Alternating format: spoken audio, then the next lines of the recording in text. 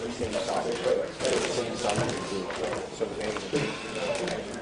I might, you know what I noticed is in that school, when they're bringing that forward, they're keeping those ends inside.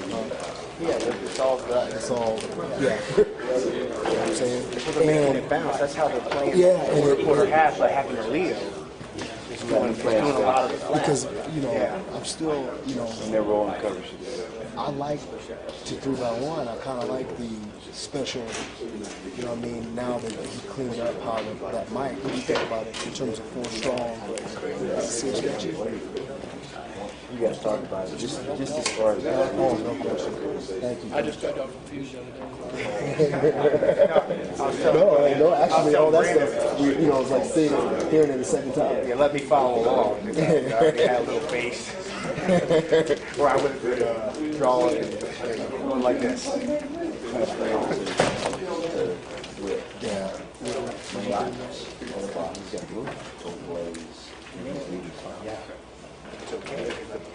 All right, guys, I'll start. That's My name is Dave Aranda.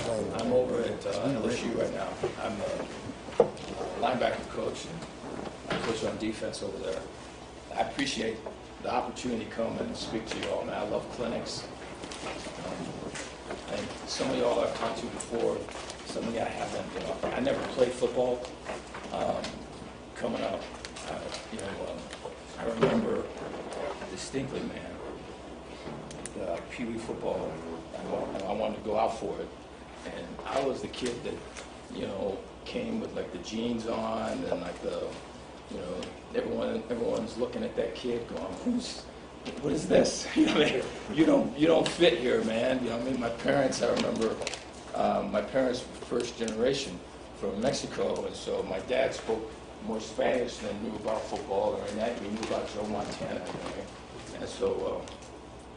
I never really did any of that stuff. I know I wanted to be inclined to it, so my thing was books. And so I would like all the AFCA manuals. I think I got an AFC manual by my bedside with Coach's picture. He was, you know, on the cover, and I still get them now. But I remember, nightmares. Yeah, no, man. Tell you what, I remember trying to coach from books. You know, trying to and taking notes off of books and everything. I remember going to clinics and not having any money, borrowing money from my parents, and buying all the DVDs, you know what I mean, of, you know, such and such, attacking the 3-3-5 defense, and, you know what I mean, tackling techniques and all that. And so I still have all that stuff. And so, you know, the fellowship of a clinic and the sharing of ideas is awesome. So like I said, I'm excited to be here. You know, I think what I wanted to start with talking about, and I'm gonna get to the football pretty detailed. I've got, you know, right now we're in winter condition. So they passed the rule for us, you know, to where we can have walkthroughs and all that. And I imagine you're all doing that now, so we've got that. I can show you I'm gonna go over the installs we're doing for the walkthroughs. I'm gonna show you the kind of progression and everything. With some of our base calls, so you guys will have that. You guys are welcome to it after we go through it, okay?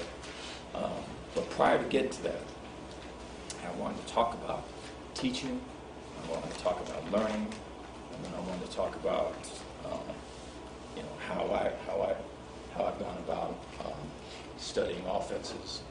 I've gone about trying to plan for adjustments and all that.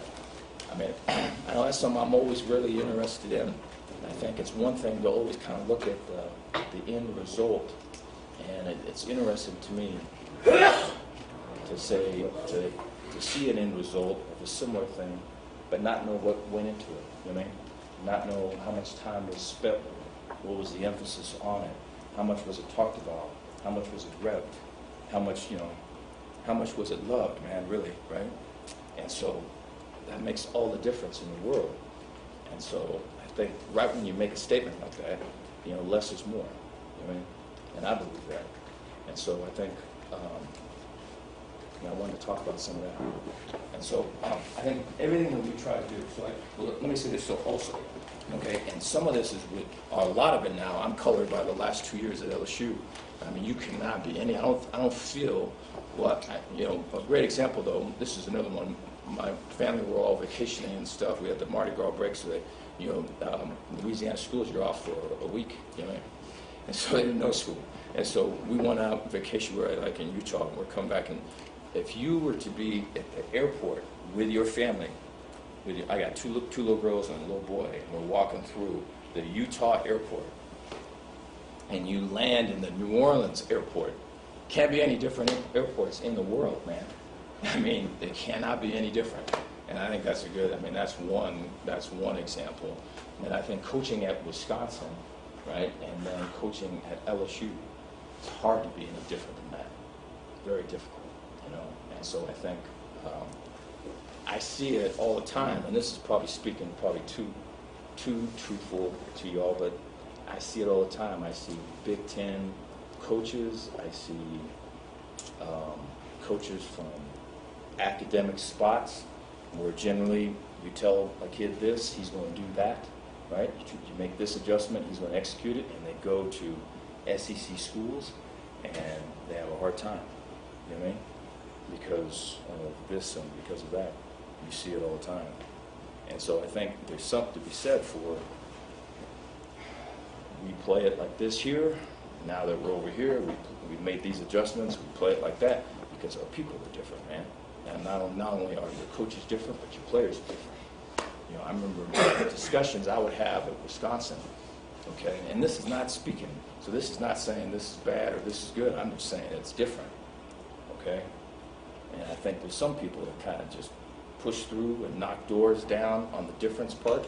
There's other people that kind of flow with it and adjust with it, you know what I mean? And I guess the point I'm trying to make. At Wisconsin, I remember we would interview coaches, and we would be talking ball for 3-4 hours, much like what DJ was just doing. And at the very end of it, we would go, and so you recruit Houston? You've been in Texas some? Oh, yeah, great. Okay, and so then that was it, man. That was the interview. That was my part of it anyways, you know what I mean? And at LSU, for a while, man, football's kind of come last. Where do you recruit? Who have you recruited? You know what I mean? What area are you from?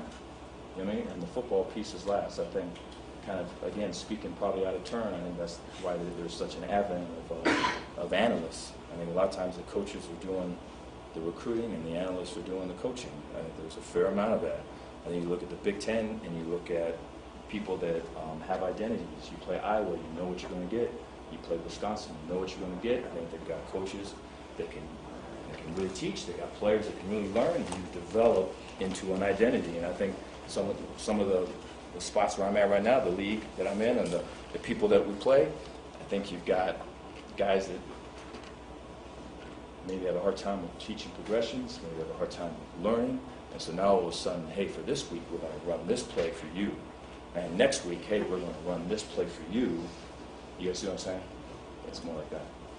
Okay? And so I think you got to be able to move when it's like that, man. You got to be able to adjust. You know what I'm saying? Wisconsin, we'd be in a meeting, and we'd be talking defense. Okay? And we had a couple of coordinators in there, previous guys, so I would bring up something. I go, you know what, we're going to run this. We're going to run tight forward versus this motion. We could play it like this. This is how we've done it. Now, if we do it like this, here's the strengths, A, B, C. Here's the weaknesses. Now, if we don't do it like this, we could do it this way. And DJ runs it like this. Here's some film of it.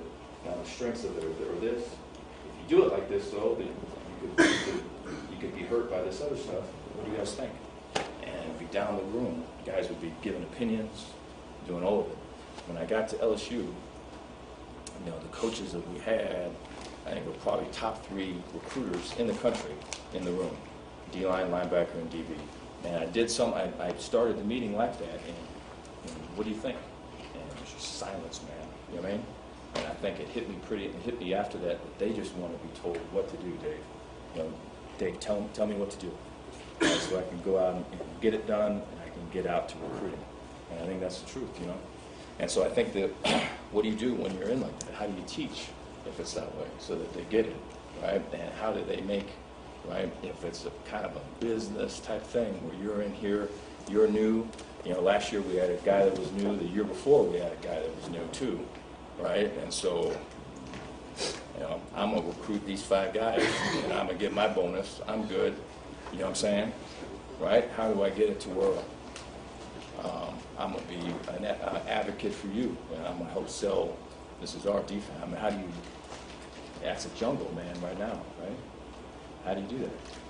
And so that's the stuff I want to talk to you to begin with, is all that, because I think that's real. And then we get to the football, because I think if you don't have the other stuff, if you're not tight with all of it, then the other stuff don't matter. I mean, it don't matter. And I wish it would. You know, I mean, I think the list of calls that I had, right, a couple of years ago were like this, and now they're like this. And so I'm hoping we can build that back up. But we've been fighting other fights, you know, spending time on other stuff. And so I guess I want to talk to you about that, because I don't got nothing else to talk about. You know, I mean, it's not that. All right, let's start over here. Let's say I have a lot of these books right here.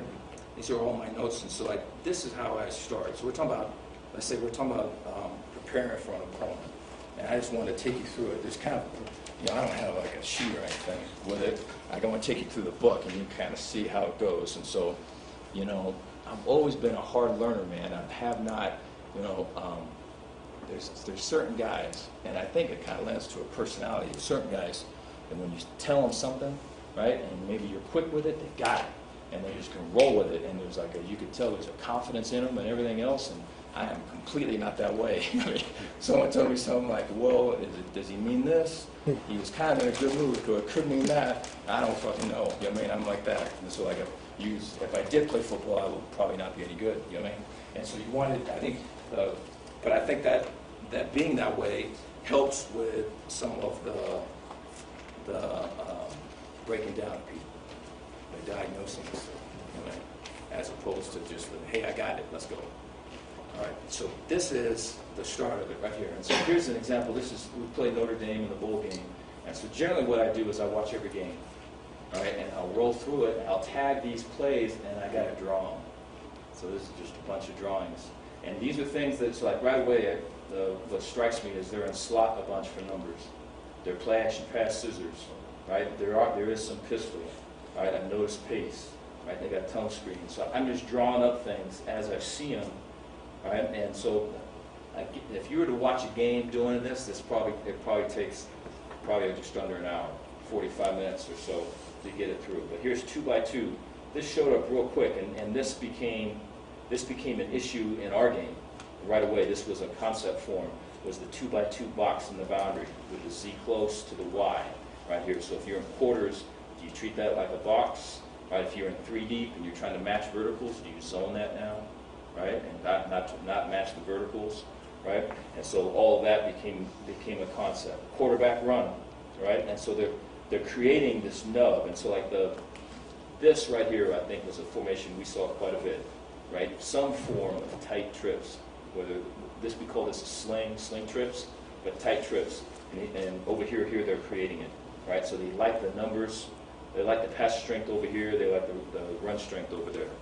Right, and so this thing just goes on. So there's fly sweep, here's 3x7, right, with this under route, right, and I'm seeing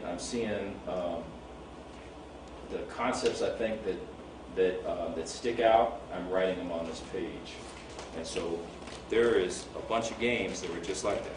So this goes all the way through, and so here's Notre Dame, Georgia, right. There's tight trips again, right. There's the bluff play, right. Here's some play action that they got, right, and right away. We see this right here. So I think when I look back at this year, the play of the year for me that struck me on offense that we saw that we really didn't see before was counter. Either OT or counter CT, reading the backside. And that just creates angles problems when you're in a 3-4. I was talking about it with DJ and all them before. Okay? If we were to get, our language would be pin and pull. If they were to pull the frontside guard, frontside tackle, right, and that tight end with the block down on the 4-eye, I mean, I'm hoping we can fit that. You know what I mean? The gaps move from in here and they're over here. You know, a lot of times, depending on where your backside linebacker is, if he's pushed over there, he's got to be able to track the flow of the back to pick up the pull. So there is that issue. You know what I'm saying? Because the pull ain't in front of his face. Okay? So there is that. right? But I feel like we should fit that. There is an angles problems with that.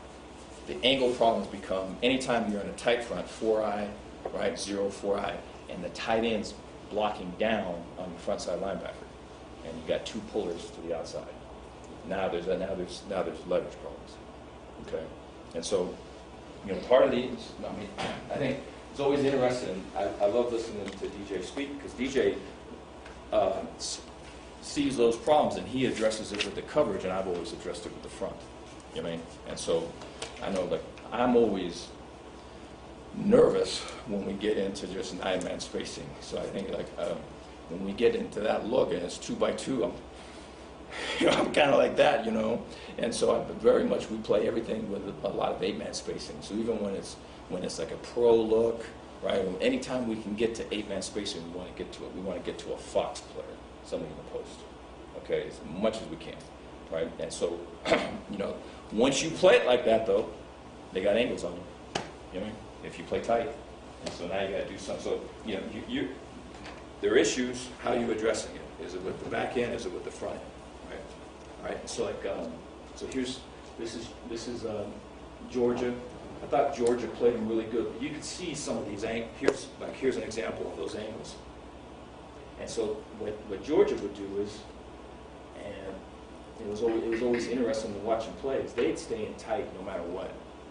Right? So there'd be 4 guys out there. There'd be a 4-man surface. There'd be a 3-man surface. They're in tight. So you could see the angles that they got right here. So the angles are bad, okay, right? And they would bust through it, right? Here's another example of a tight front, right? Bringing tackles. This would be another thing we saw quite a bit, was tackles pulls as opposed to guard pulls with tight fronts, okay? And I think all of those are things you get when you sit in tight and there is no movement, right? Okay, right, here's buck sweep, there's both guards, so this is a great example of a play. So right here, so this is a problem play for us. All right, if they seal the front side guy and they pull both guys out, our angles are bad. There's another example of it. So what this is showing me is Georgia's lined up and stayed and played in tight, and they don't care. You know what I mean? They busted through it. Okay, let's see. All right, some more examples in there. Right, split boot. So these are all just problem plays. So anyways, this thing goes on for quite a bit, right? So these are all games. So that's all, right? From that then, right? The idea becomes now what's the must list? And I think I've got it on here. What the must list is going to become are going to be the concepts that we have to address. Okay, and so like let's see here. Let's stop with pass protection. All right, and so like a must list for most teams is going to be, all right, X off, X over, right, empty, formation sideline, you know what I mean, bunch, stacks, quarterback run, fly motions, right, ghost motions, you know what I'm saying, wildcat, all right, tackle over, okay, buck sweeps, right, counter OTs, things where they can seal front side and pull guys outside. That would be a general starting list. So then from there, it becomes identifying those, making those into a cut-up, and then I study those, okay? At other places, we would study that as a staff. You know what I mean? We would sit in there and pull it up and look at it. At LSU, I've done that on my own, right? And then we usually meet for an hour, I'll kind of what I'm doing here. I'll show them this. Hey, we're going to get to some of those concepts in a second. Here's the issues, here's what they put us in, here's I think how we got to play it, and we'll go okay. And then the GAs will come and make it look nice in a Visio format or something like that, and then we'll go and rep it, okay? Right, and so we're in the past. So what that's saying is, what we're not doing is watching every play. You know what I mean? We're not watching the games. We're not watching 1st and 10 cut-ups. You know what I'm saying? Right? We're not doing that. We're watching the core, tackle overs, X off, X overs, right? Quarterback runs. You know, we're watching those things, spending time on that. And I'm addressing that prior, okay? Now, there's coaches on the staff that are responsible, like I imagine all you guys do, right? Sure, you already go line, put it down. So they're studying that on their own, so we're hitting it that way. You know what I mean? Okay, but I remember when I first started, we would sit back and watch a 2nd and 10 cut up and all that, and then we would watch, you know, here's play action pass on the left hash, and we watch that, and we don't have the time really to do that anymore. All right, this is pass protection. I wanted to talk about this because the guy that was here, I thought, was a really good coach. I thought this guy was the toughest guy. He just got a job with the Bears, I want to say. I think he went back to the Bears. The whole line coach from Notre Dame. And so, typically, with this, I talk about pass protection. I think some of you guys have probably heard this, but let me talk about this real quick. With pass protection, we get fan duel, we get slide. Those are really what you get. So like if we're a 3-4 team and we're going to be fan duel protection, our offense now is going to be fan duel, right? Because we've got some pro guys coming into our offense, right? The fan duel mindset is, hey, as the O-line coach is, hey, I'm going to block the guys. I'm going to block the threats, okay? I think the more college-type people that we play, the more kind of spread people we play, they put shit on quarterbacks, right? I'm going to get the ball out of that. So I think it's some of that. All right, so this is fan duel, right? So like say, for instance, if it's 2x2, right, and there's an F and there's a B right here, and we're in a tight front. Fan duel means, or the way we would look at it is, they're going to block the most dangerous, right? So these two right here are sorting out. I'm going to block the 4-eye and the hoop, right? These two are sorting out. I'm going to block the 4-eye and the hoop, right? The center is blocking the nose, okay? And so if these guys are at apex and all this and walked out, the safety's high and they're not a threat, right? This is the most dangerous threat. And so we call this a solid.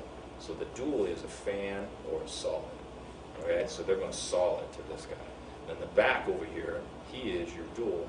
He's working from here to here. Okay, so that's mainly what we get, all right? We'll get that. Now, let's say, for instance, you walk a guy up. Let's say you walk a guy up. They will go from a solid to a fan, right? So let's say it's like this, and let's say we're going to walk this guy up, and let's say he's coming down. So now the threat went from him to him. So now they're going to fan this. This side stays the same. Okay, so this is still solid to this side. This is fan to this side. All right, so now the back has got this guy right here to this guy. Okay. So here's the bottom line with fan duel. Right? If you want to rush, show in. If you want to rush out, show in. Right? If you want to rush in, show out. Okay? Right? And so, like, say for instance, like in this picture right here, I remember, so we played Iowa, and they were what I figured to be a fan duel team. And it's kind of embarrassing to admit this, but you know, we wanted to run like Jay's insert.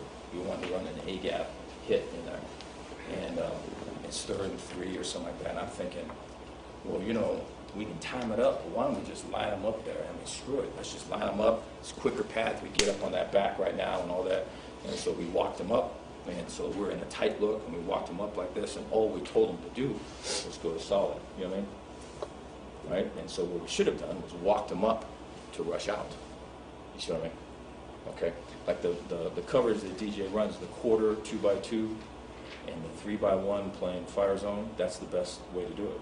Right? If it's a true drop back pass team. You know, I mean, the RPOs and the constraints you know, constrain you from doing that. But if you were to walk up, right, and then bail those guys out, right, you're buying the O-line, and the edges are coming clean. And, you know, I just watched that vacation we went out in Utah.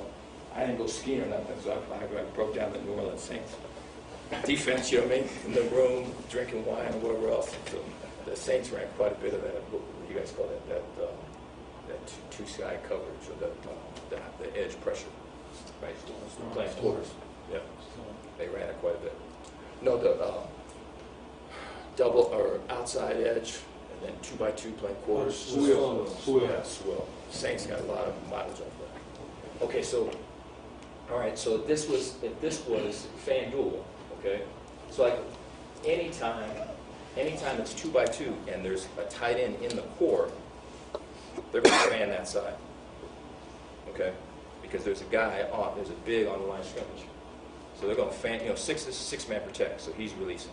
So they're fanning him, all right? And then they're, depending on if he walked out, they're going to work here, so this is still solid, right? You've got the opportunity now to rush that, okay?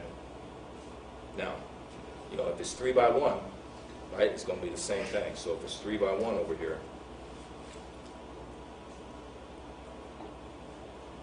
and you got all of this, right, depending on what's over here, right? So like if we're not showing it, and a lot of times even if you show it, if it's a nickel, if you're showing it with a nickel and it's capped, right, they're still gonna solid, because they're gonna say, because let's say this, because when you fan it, when it's true fan, I mean, damn it if that's center and the nose all by himself, one-on-one, you know what I mean? So there's going to be O-line coaches going to say, we're going to fan it if we need to fan it, you know what I'm saying? Right? If that's a big over there and a big over there and they're both walking up and we're a fan dual team, that's going to be fan, okay? But if that's a big over there and that's a nickel over there, there's some people you got to check the tape to see, they're not going to fan that nickel. They're going to say, the back's got to block somebody, right? And keeping them in the whole thing, okay? And so sometimes you don't get fanned to nickels. If you got a big over there, they'll fan them, right? But so this would still be a solid here, and they're going to fan this way, okay? If it's a slide team, right, what they're going to do versus 3-4 is they're always going to slide it to the B, right, or to the big, right? So let's just say, let's start here in 3-by-1.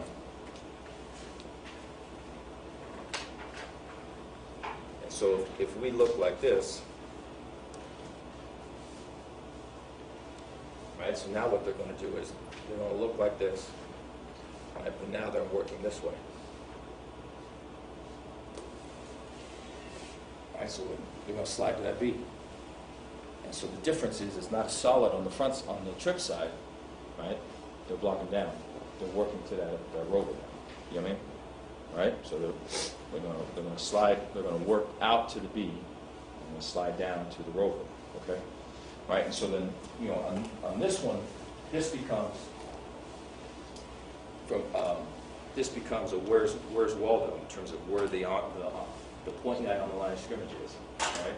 And so, say it's 2-by-2, and there's not a threat over there at 2-by-2, right? So let's say it's like this. This may be the one time you get it to where if they don't see a threat, they'll say, you know what, let's just slide away. Okay, it'll look like this because there's not a threat over there. But every other time you're in slide, you're going to get them working to that B. Okay, and so I think if we're in tight defense right now, our rover is the fourth rusher. So he's playing run first. If it's 3-step, he's not rushing. He's playing flat. So 3-step becomes like an 8-man drop. And we push the zones, so we're flat. Right? So that rover's sitting over there. This is the Q, right? And he's picking it up here. We're both flat this one. The outside back is pushing the 1. The nickel or the nickel or outside back is pushing the 1. The middle back is pushing the 2. The rover is pushing the 3 to the next one. And so when this is more push this way. We're all flat. 3-man rush. Okay. All right. And then if it's a 5-man rush, he drops back, and the rover rushes for us. And so, how does he rush?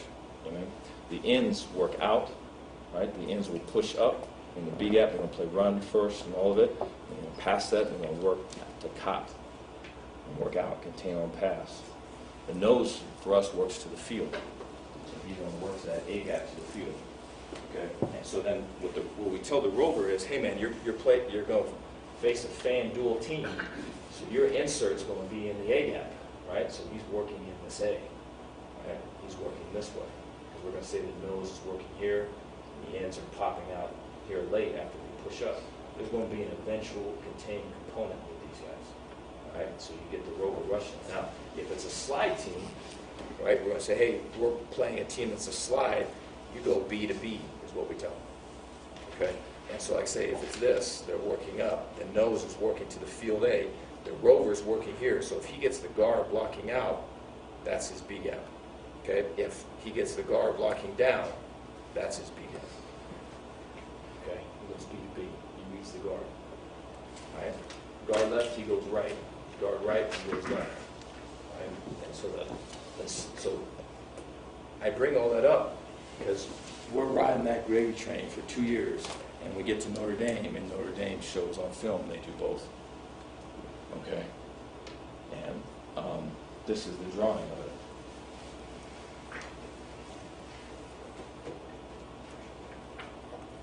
Okay, so when we're playing Notre Dame, right, I'm looking at it, and so here's the example. There's a slide right there, okay, right?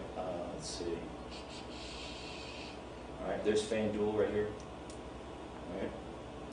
And so, let's see, 5-0.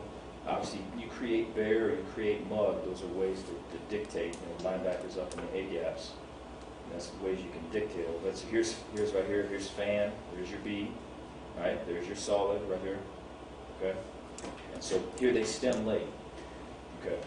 So what came out of it for me in watching and breaking all of this down, so I wish there was, we were talking about Kim Daniel before, and so I remember when studying versus protections, I remember, and I think I talked about last year, is that I remember when I was learning, I got some notes and stuff from before where it was like numbers, and it was like, it was like 52 something Z or something like that. There's like all these numbers that kind of equated to some type of protection, you know what I mean?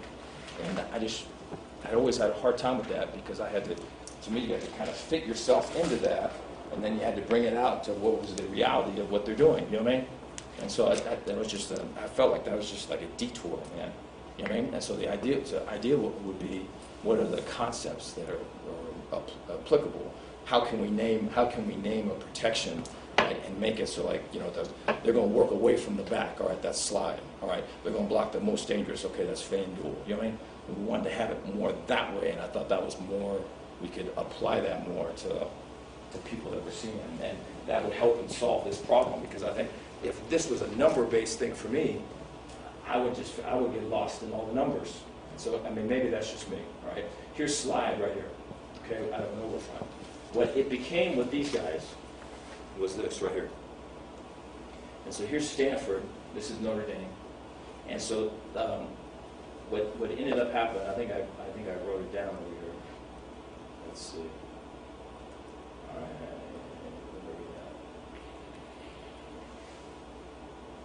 Okay. Wake Forest. The DC of Wake Forest was at Minnesota, and I studied with him a bunch. He's a great guy and everything else. He's a big, we call it Favre, bringing the nickel from the field. And so when Notre Dame played Wake, they slid to the field. When they played Stanford is a big, I've used the term whip before, bringing the rover in the B gap to the boundary, right? Their field boundary team, and the rover would rush from the boundary a lot. So when they played Notre Dame, when they played Stanford, they slid into the boundary, okay? So what it appeared to me was the offensive line coach was adjusting his protection versus whatever he was saying. If you're a field team, he's going to slide it to the field. If you're a boundary rush team, he's going to slide it in the boundary. You know what I mean? I think, but the other thing that showed up too was there was a lot of free runners with the Georgia and Stanford, both 3-4 teams. So the quarterback was making the change. The O-linemen they had 2 guys that were probably first-round picks, right? But they were not IDing fronts. They were not doing it. And so they were a FanDuel team, okay? But once they made their call, that was it. So what was happening was, if this was a tackle and your wave walked over there, they're going to solid it. Well, if they stemmed it and they rushed late, fuck, man, no one had the guy. Right? The back would have him. If he blocked, a lot of times he was scav relief. No one had him. You know what I mean? Now, if you lined up over there, right, they're going to fan that. You see what I mean? So it was that whole concept of showing off and everything else. And so those 2 things showed up after going through all of that. You know what I mean? And so, like, for us right there, we ran some Bledsoe from the boundary, so they're going to slide to the boundary. That's what they did in our game. Okay? But I think to be able to look at it that way, right, and identify that guy. And so I have a lot of respect for that coach. He was different. and how we did it, I think there's a fair amount of people, the O-line coach are going to say, hey man, this is what we do, this is what our kids know, and the whole thing, and these guys were different. Okay, so right there's right here, disguise, hold the look, and the whole thing.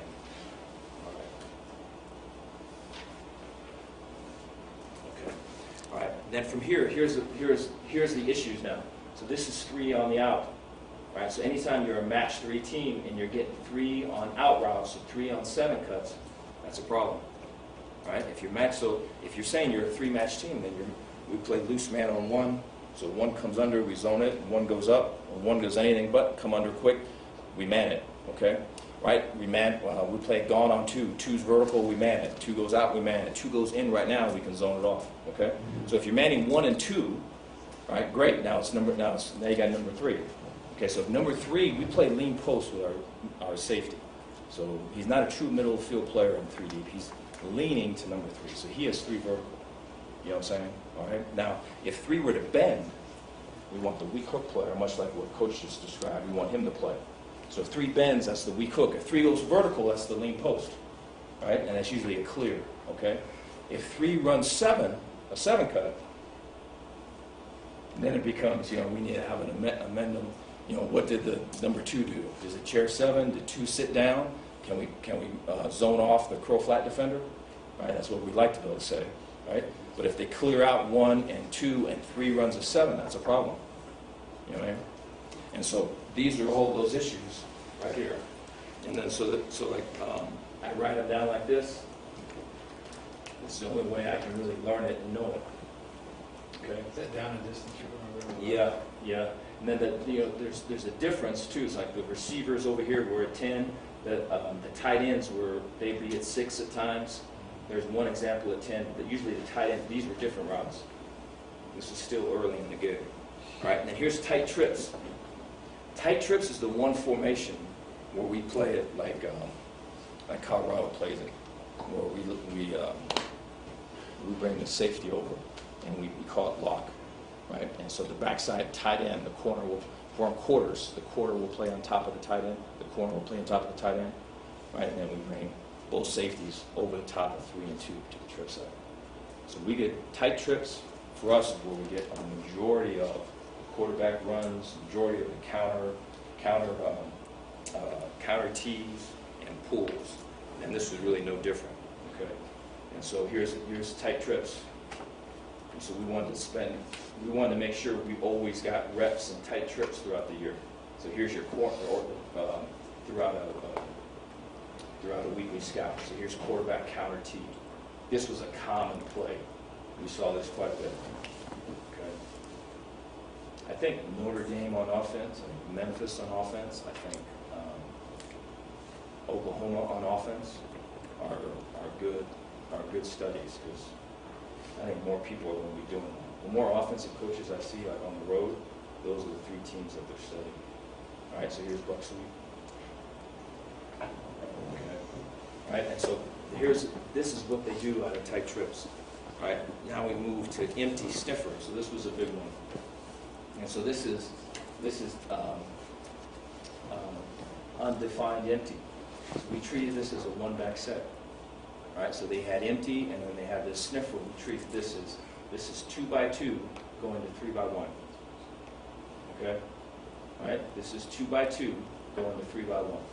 So here's all the examples, and then from here, right. And I don't have it listed up, but when I can write it down like that, right. What I'm doing in my mind is I'm saying, here's the ones that are fucked up. Here's the ones we got to rep. Here's the ones if we get to them on Thursday, we're good. You know what I mean? But the only way I can get that done is if I write them down. Because again, I'm not the guy where someone says, hey, Dave, it's this. I go, I got you. I go, what did he just say? What did he really mean? You know what I mean?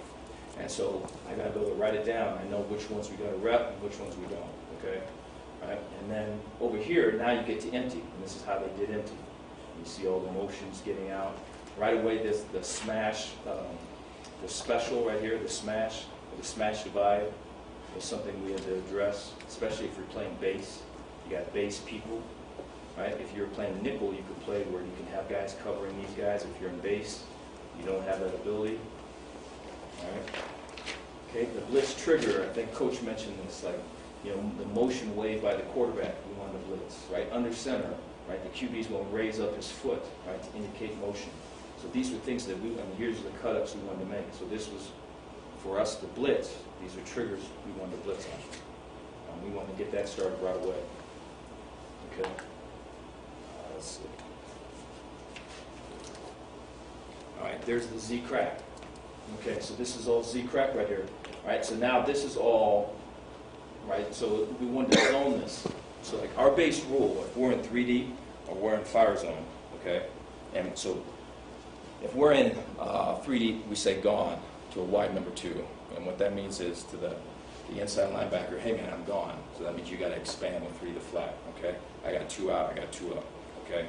Now our base, like camp rules are going to be, if we get to the field, if we get the number 1 receiver inside the hash, opposite hash to the field, we zone that. So zone it. So we play true cover 3. Into the boundary, if we get the number 1 receiver inside the numbers to the boundary, we zone that. It's true cover 3, right? Whether it's dog or fire, or whether it's dog, which is fire zone, or 3D, right? And so these were examples where we're getting those splits. Okay, so here's an example right here. If we match this, right, I think we're creating some work for ourselves that we really don't need right here. So we want to zone this off. All right, all these issues right here. Okay, this is probably the biggest one, is the spot 7. We want to zone that out. Okay, all right, and then from here, then we get to 3rd and 3 to 5, and so I'm looking at all the 3rd and 3 to 5s. All right, so anyways, I don't know what else to say, man. There's a lot of drawings. 3rd and 6 to 12. So here's Zorro, right? And so Zorro is that quarterback power, that power read. So we wanted to see what formations they're running in, so you can see it right here. All right, so then from this, we're picking the ones that we have to build the rep. All right, and so when I meet with the defense, right, so like right here, we're talking about if the DN sits, it's a give, right? If the DN widens, right, he's keeping it, okay? And so like how much of that is true? So in other words, how much is it called? How much are they really reading it, okay? All right, and then we get to these rail floods. This is another concept I guess I should have put with that initial one. Here they are right here. These are rail floods. These are all of the play passes, and you get the wheels out of it. And so for us right now, if we were in quarters right here, this would be a switch alert to these two when they're tight, right? This would be red hammer over here to this side. So when this motion were to come, this safety over here would go to a Fox player, right? He would go to a post, right? This safety over here would match the Y, right? And the corner would match the Z. And we have a post player sitting here. The outside backer would match the S, right? And so the safety is coming down, right? He's fitting off the Y. My man, my fit. Okay, scissors routes, these would be switch alerts. Right here. If we're in dog or fire zone, right here, we made this a danger call. And so we wanted to play that like if that wing look, we wanted to play that as if it was eye near. Right, so say that wing was eye near. So like this is the tight end right here, okay? That's the tight end, and here's the near back. If that was the case, the corner would play the Y, the skiff defender would play number 2, right? And so if that tight end were to run an out, you get like, say you get stick, and the back goes to flat, right? The corner would match the tight end, linebacker would match the flat, right? If, say, the tight end sit right there, and the back's offset here, and the back runs a wheel, tight end goes vertical, corner would match the tight end, right? Linebacker would match the running back, right? We played it the same way in the room, okay? So we treated this guy like if he was here. So the rover over here, or the corner over here played the tight end, and the rover played this. And so if we got the stick route, the rover would push through that, the corner would play this. We're going to tackle that, that out. But if we got this route, right, the corner stayed matched on the dog, and it gave us the opportunity to play with the save. Because what we always used to do with this was zone it. And the problem with always zoning it was the scissors concepts. Okay, here's our cut rules in man, right? And so whenever we're in man, this is where we wanted to cut it to. So you can see the concepts, like when we're in man coverage, we cut routes. And so we'll take over the route in man, right? So if we get a shallow crosser, we'll take that route, and then whoever had it will now zone up and become the new rat in the hole. All right, and so the idea of where you're cutting to. So the base rule in that has always been, if it's 2 by 2, we cut to the Z close side. If it's 3 by 1, we'll cut to the X. If he's shallow, if he's not, we cut to the bunch. This was game plan for these guys. 3 by 1, we cut away from the running back. 2 by 2, we cut to the passing. Right. Here's the safety RPO. This hit a bunch of people. Right. And the weak side RPO, I feel, are the toughest ones. So we were talking earlier. The strong side RPOs. So whether it is a down play or whether they're running power, they're pulling. I like bringing pressure off that edge, right? Because I think the weakness of the power and the down is that they're block and run, and so you bring a second level guy.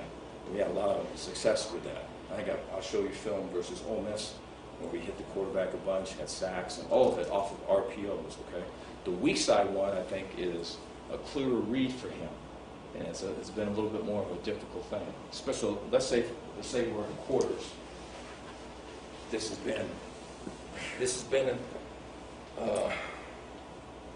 this comes down to, are you a believer in technique or not?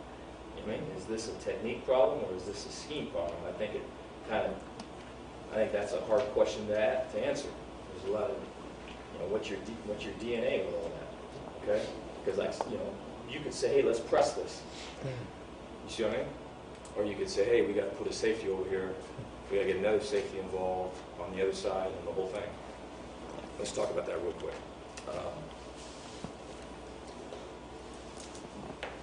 All right. In quarters, the way we play it is we play aggressor and we play protector. Okay. And so let's say for instance, let's do it. What would be an example right here? Let's start with this.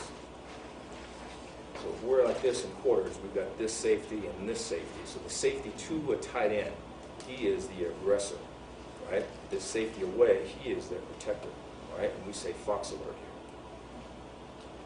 here. Right? So this safety here, what we'd like to be able to get with him is flat-footed. He pat his feet in the run game. He's in the run fit.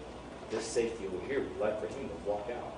He's a knockdown safety, right? So you got any form of power or whatever this is, the rover would near hand far shoulder, the Mac would spill, F would leverage, and then that safety's in the fit. So we're taking quarters and we're making 8-man spacing. That's really what's happening. Okay. Right? And then you got your safety over here, and he would fox. You get any of these play passes, you get him sitting here for this post. That's the base way we played it. Okay. Now, so how does the fox go? Right. So, when in quarters, a lot of people will bracket the X. Right. I think I don't know.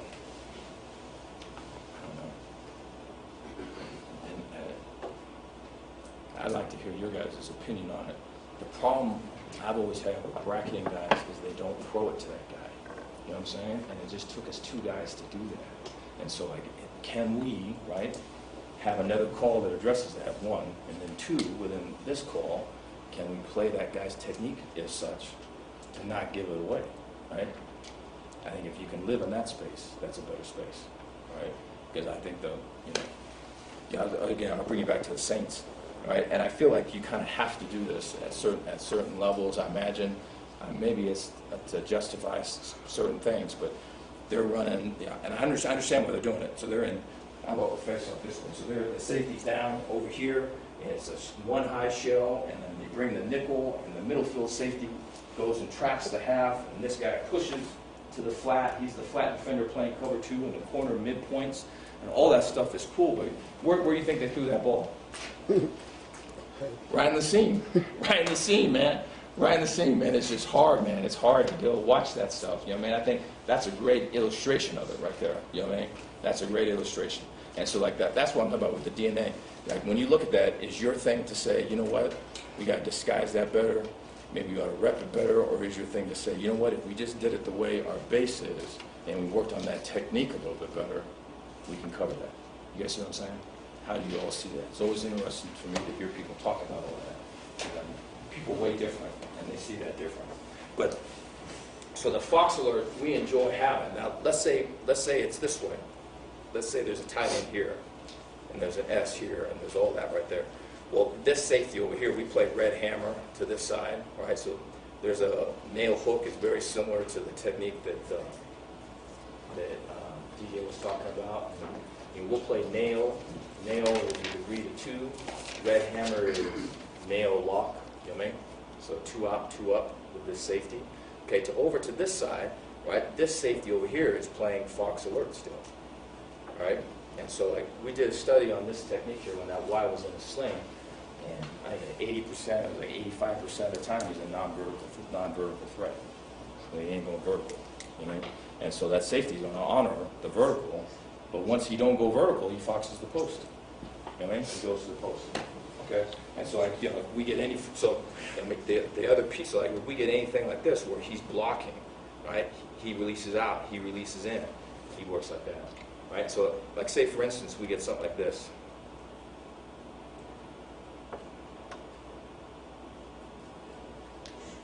Right? You're working off that like that. Now you're going to say this guy's going to have to win. Right? But you're double the post. Okay, so then this becomes a thing right here. We're in double pro. So then how do you handle double pro when you're foxing? We go off the flow of the back. Okay, and so like if it's pistol or if it's home, right? Both of these guys, right, will work back and they'll see the flow. They'll go flow to 2. So if we get something like this, we get flow here, right? We fox it this way, right? Aggressor here. Will start to walk out and be the protector, right? Because we say if we're getting zone over here, we're saying that this is your A-gap player, right? This is your nest player. So we're playing this, we're playing this. Again, he has got that season, right? So regardless of whether it's stretch or it's inside zone, we play those the same because we're counting on the fact that we got edges. And so we're saying that he's going to be your alley defender. This is your A-gap defender. This is your nest defender, right? You're going to ensure that this, we don't want to jump out here and get cut and make the ball take us out there, okay? So they're going to play off the flow, right? And so by doing all that, I think there's merit to all that stuff. And I mean, there's good film on here of all that happening, right? And so then all that gets into now this. These safeties are these RPOs. All right, so this is a good one right here. That one. Right, so if this safety's in the fit, he comes down, they hit this glance right here. You know what I mean? So that's a tough question, man. You got a month or so to prepare, and you're watching this play maybe 30-some times in that month. What you gonna do with that? You know what I mean? That's the deal. Okay, and so I think. Having an ID and recognizing that as a concept that's got to be addressed, I think is the main point. Right, here's counter, OT, and CT, right? So they're pulling. All right, so like versus all this. Let me mention this now. We moved the front quite a bit. And so it's going to be on this film when we roll to it. So if we were just to be, it was good examples that DJ had in there. So I say it's this, and we're just going to get zone, okay? And these would be the zone blocking here, right? Let's say it's like that. All right, and you got edges, and you got this guy occupying 2, and this guy occupying 2, and all of it. You couldn't ask for really anything better than that. Okay, and you're saying we're going to get knocked back and get these guys at a different level. We're going to force these guys to come flat, and all of it, I think we're dictating right now. Unfortunately, not a lot of people allow you to do that. So what we get a fair amount of is this.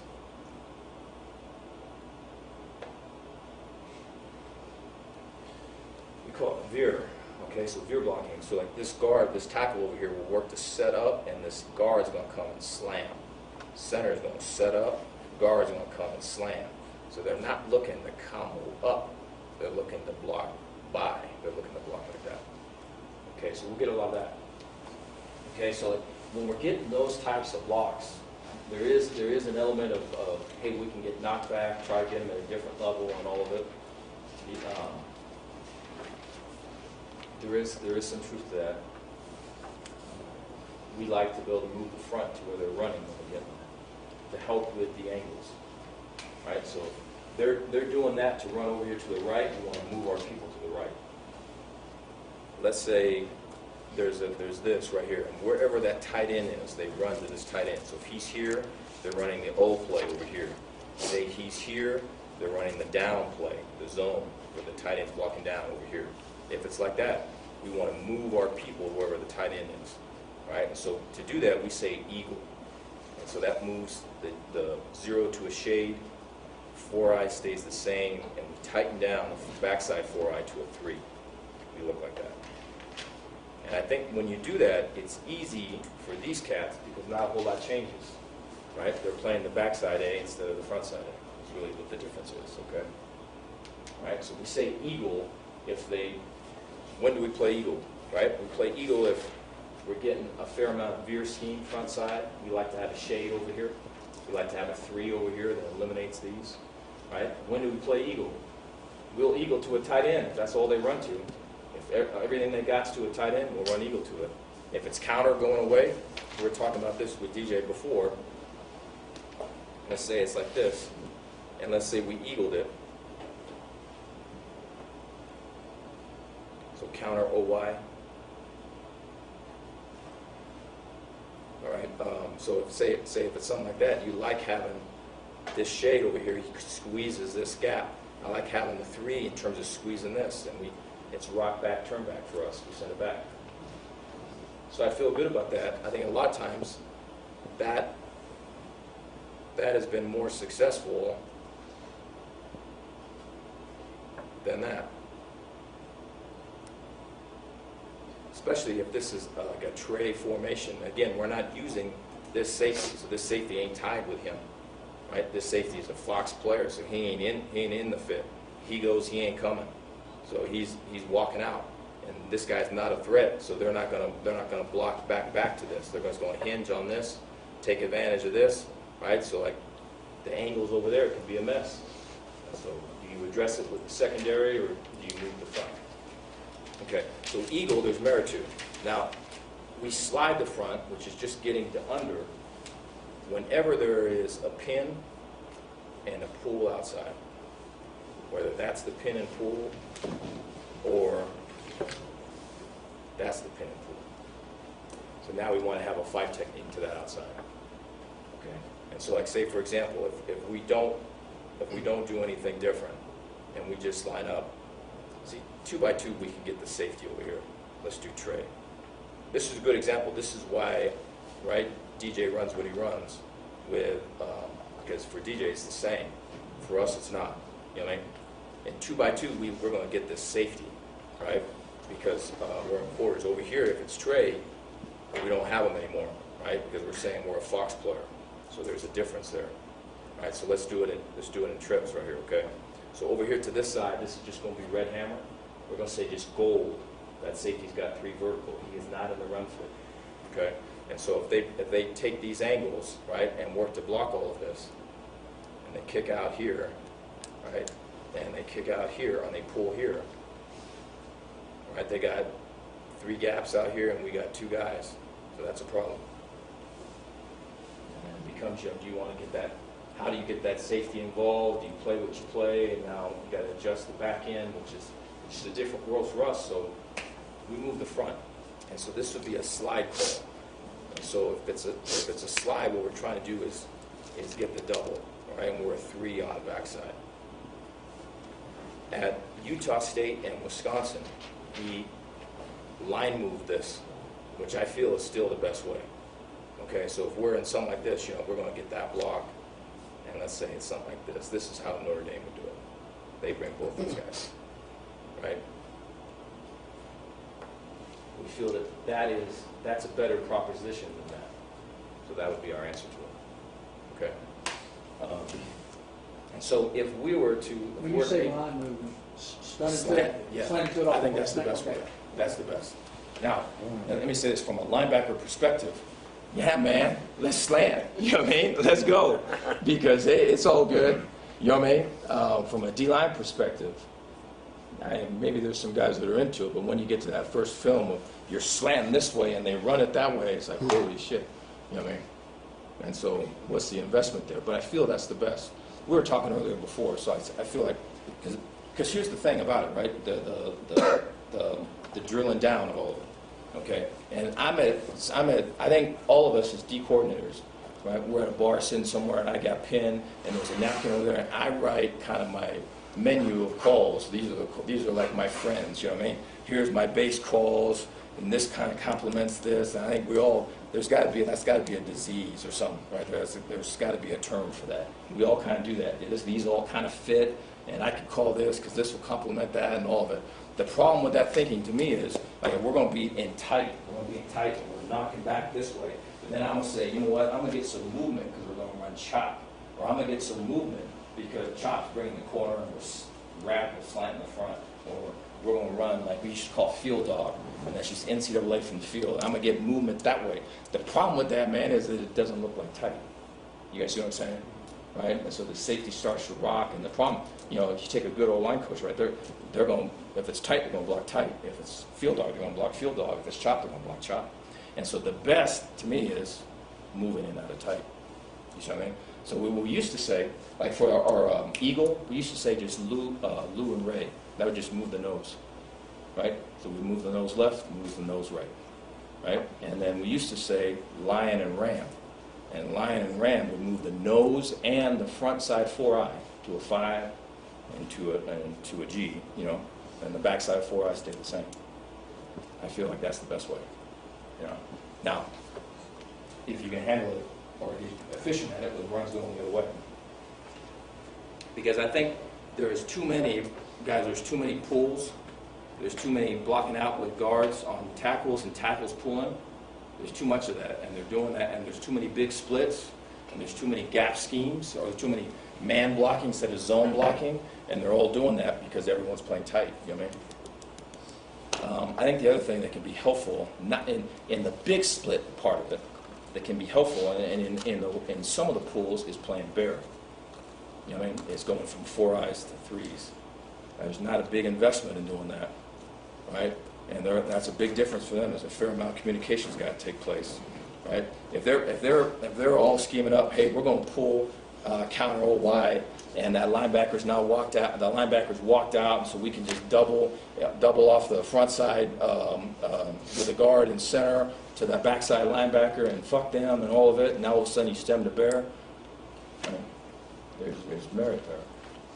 And so we would play it. You could play as quarters. Yeah. That's like we were talking about before. I would look at it and playing it that way versus 11 teams that are 2-backs. You see what I'm saying? Right? If I would be a little less inclined to play it that way, if it was 11, there was 2 11 or 10. You know what I mean? Pictures. But if it was 11 where there's a tight end that's off the ball moving like this and it's 2-backs, there's a lot of merit to doing it. A lot of merit. Yeah. But I think you got to color that with, what is this, February, whatever it is. We're talking about we're undefeated right now, so it's all good. So, but yeah, that would be the thought. Okay. I want to show you guys one more thing when we get to the tape that they install. Let's see. Okay.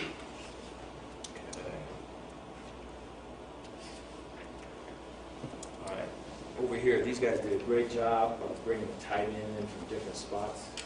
Right, so the tight end is all over, and they bring them in and create one back. They did a good job at that. Here it is right here. So this was Notre Dame. These are all the concepts. So there's pace, there's screen, there's Z-crack, right? There's a 3-call, which is the zoning, right? There's a big boot team, right? Zorro. They read it and they cracked and load. That is a bitch when they crack and load, right? So they crack with the Z on the linebacker, and they're loading up on the corner, which is a pain in the ass. Right? And then there's draw. So anyways, all of these things had to be addressed and kind of studied out. right? And then that was brought to the coaches, and the coaches brought it to the guys. Okay. Right. Maybe there's something that came out of that. Let's see if we can move to this film real quick.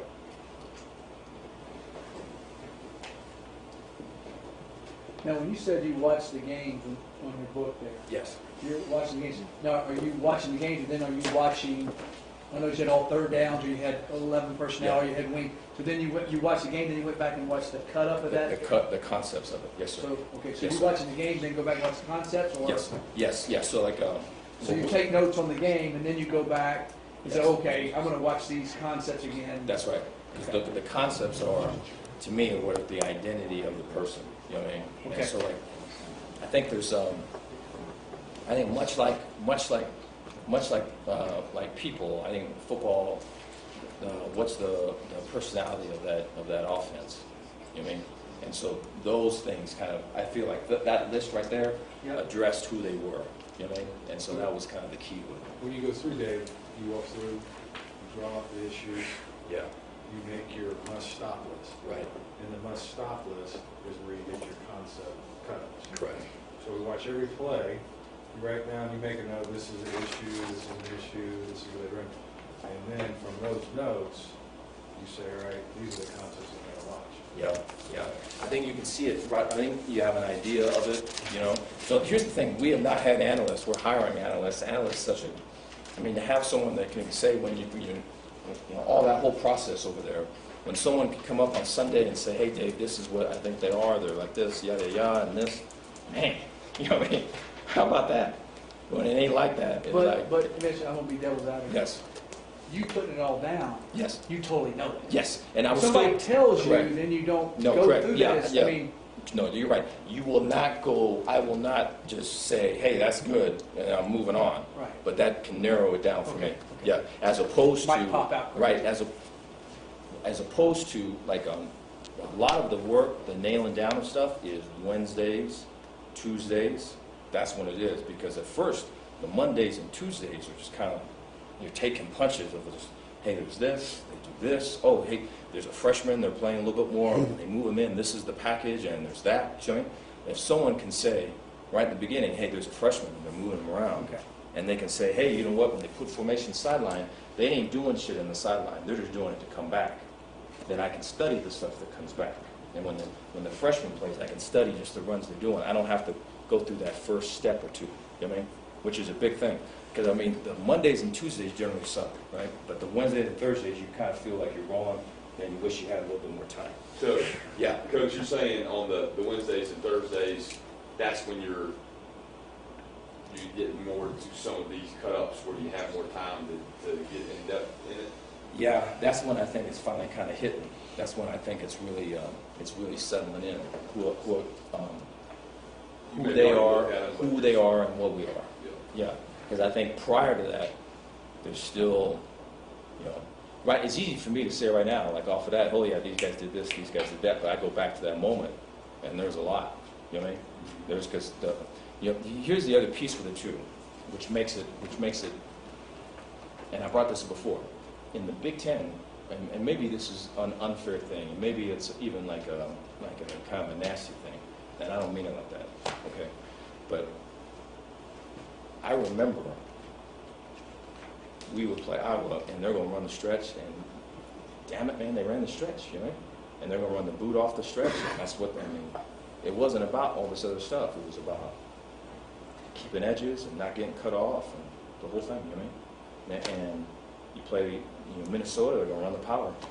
They're going to run power extra, you know what I mean? You got to be able to fit up for that third puller. And so there's all of that, whereas in the people we play now, the self-scout's more important than anything, because they're just copycatting plays. You see what I'm saying? And they're finding ways that they can get that freshman that has a hard time learning or wherever else to try to get him a play. And so the self-scout's so much more important, right? And then finding plays, hey, this was similar to the play that we got hit with in week 2.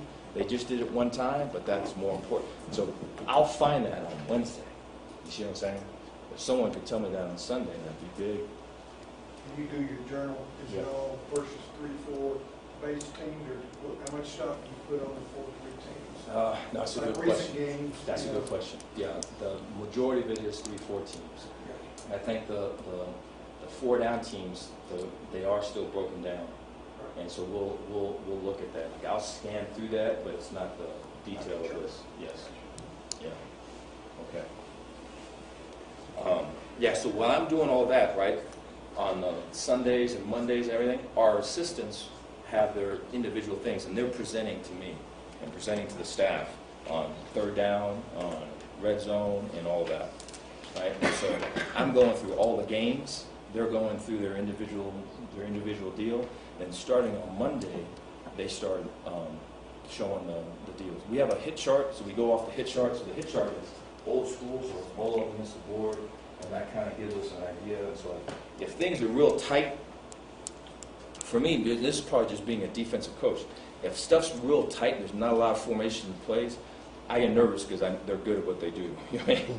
If it's really wide, if it's all out of there, right, then they're not so much good at what they do, but it's like, we got to make sure we're not out leveraged. We got to make sure we cover down on the right people because, the gates are going to be wide open. You know what I mean? So we look at the hit chart first, right, and we go over personnel, okay? And then right after that, I go through my notes, I go off the games. I think these are the personality of a team. It's like real obvious ones, but hey, if it's 4th and 1, are they going to run it? Right? Are they going to play action pass it? Are they going to throw a reverse? See what I mean? You want to know that right off the bat because that's going to bleed into other stuff. Okay. What would be another example of it? Right? If it's 3rd down, but here's a great one: the Notre Dame game. So we lost that game. Okay. So to start the game, every 3rd down was a screen, was a run, right, or like a show. So they were not going to throw the ball. So they were anticipating pressures. I don't really know what film they were looking at before, but they were anticipating pressure. And so our idea was that's who they were. They were not going to be a team where they look back in the film and they go, oh, they got us scheme-wise. They clearly were going to be, we're smarter than you. You know what I mean? So we want you all coming this way, right? And so we can go this way. You know what I mean? Okay. And so we played that style first. So we're playing tight 4. So it's 3rd and 12. We're playing tight 4, man. You know what I mean? Right? It's 3rd and 9, and we're playing Eagle Ed 1. We're playing 1st down, 8-man front, and they run power into it. You know what I mean?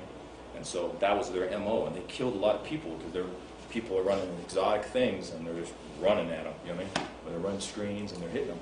And so that was kind of the mind. Now, what I didn't do a good enough job with, because I didn't see enough on tape, was how quickly he was going to change. So somewhere in the 3rd or 4th quarter, that whole approach changed, and they just started slinging it more. And it's just so hard, man, when you've had success with something right in the game, to let it go and then go to something else. You know what I mean? To let it go, and now we got to open it up and do it. And I feel like I failed on that thing, man. I should have done that. I should have been ready just to let this go, right? So like the 1 calls, the 2 calls that you were no fucking way you're going to call, now all of a sudden you had to call them. And it was just a series, you know what I mean? That was the difference, right?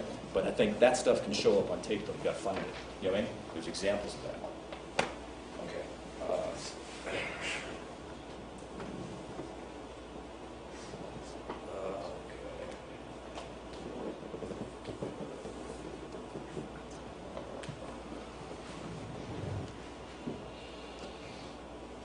Okay, so let me say it like this. Let's go on.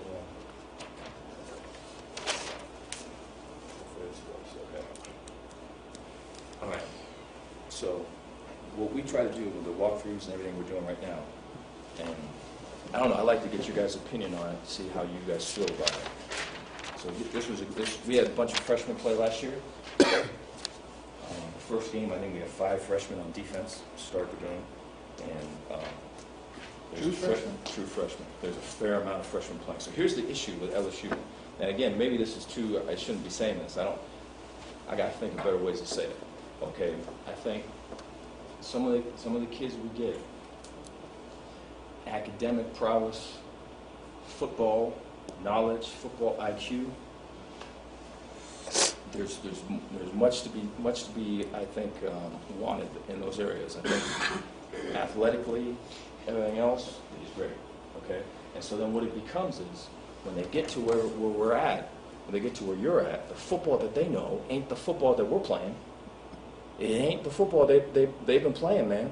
The football they've been playing is, hey, you know what, I know Rashawn, and he can get me a ride up to Auburn for their pro day, and I can get, I can be there, you know what I mean? Or, hey, I know John, and John got a guy that trains such and such, and you can get your vertical jump better. You know what I mean? That's football to them, a lot of them. Now, that was not the same. Again, I'm at Wisconsin, right? I'm getting guys texting me, did you see the goal line stand that what Winona State made versus fucking Tarleton State? That ain't happening right now, you know what I mean? I ain't getting those texts no more, okay? And so it's different, man, okay?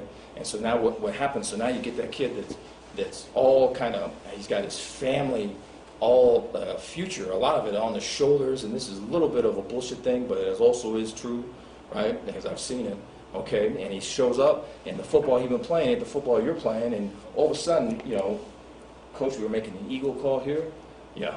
And if the emotional here, we're going to make a slide call over here, okay. And then if it's empty, we're going to check spy. And it's just like, you know what I'm saying? It's like that, okay?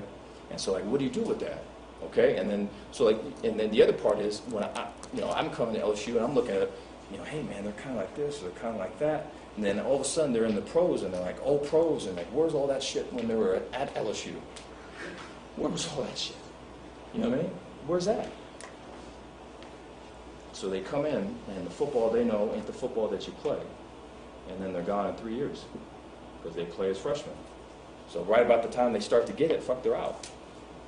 So what do you do with that? You know what I mean? How do you do that? And so I think the learning thing is big. I think we're at war every day with head nodders, man. I mean, we can't have guys nodding their head in the back. You know what I mean? Not being involved. Kind of being passively, I got this. You know, there's a lot of guys, and we've got a culture, a little bit of guys that come in, and I feel like Jamal Adams is a great example. So, great kid, great pro, right? Great player. Jamal ran like a 4.340 on a pro day. And after he gets done with the pro day, he's 40, he's running like this, turns around, and he's got like the SEC network and the cameras and some local TV camera, and they're all up, the lights are on him, and they're trying to talk to him about his 40-yard dash time and what that meant for his draft status, and that's how I always saw Jamal. Every day he was like that. I felt he was like that. He'd walk through the halls, and it was just, it was almost like a reality TV show for him, right? And so when he was in a group structure, right, for whatever reason, he was if you're looking at it from the outside in, you'd say that's an alpha guy. You know what I mean? So you'd be great to have in the back end because, right, if you're able to get through all the hardness of it, he was great because he would say shit and he'd believe it and the kids would follow him and all of it. But to communicate with him was hard because you're talking about stuff and whether he knew it or not, to stay with this, he would nod his head. You see what I'm saying? And so, you had to get him one-on-one. You know what I mean? You had to get him one-on-one. You had to go, one-on-one was a great kid. All that would come down, right? And now you could reach him. But if you talk to him in a group, if you talk to him in a team setting like this, and it's all like that, he's being Jamal, man. Now, there's something about that. I've never experienced that. But we've got a fair amount of guys, particularly the skill players, that are like that. Okay, and so one-on-one is a big thing. We've got to get it to them. Okay, so like what we try to do is we try to have it drawn up. We try to have them have a video example of it. We try to have a walkthrough of it. We try to have our individual period address whatever that is. You know what I mean? That technique, that scheme, whatever. We have a half line period, half skelly period, half run fit period that addresses that as well. And then we get it in team. Okay? And after the practice, then they hit us back with corrections. So, I mean, there's a possibility of them addressing that thing 7 times, right? Which is what we need. You know what I mean? We need that. And so if we don't follow that path, then in 2 years, it ain't being taught. Which is, I don't know, that can be either constricting or that can be empowering based upon your perspective, I guess. You know what I mean?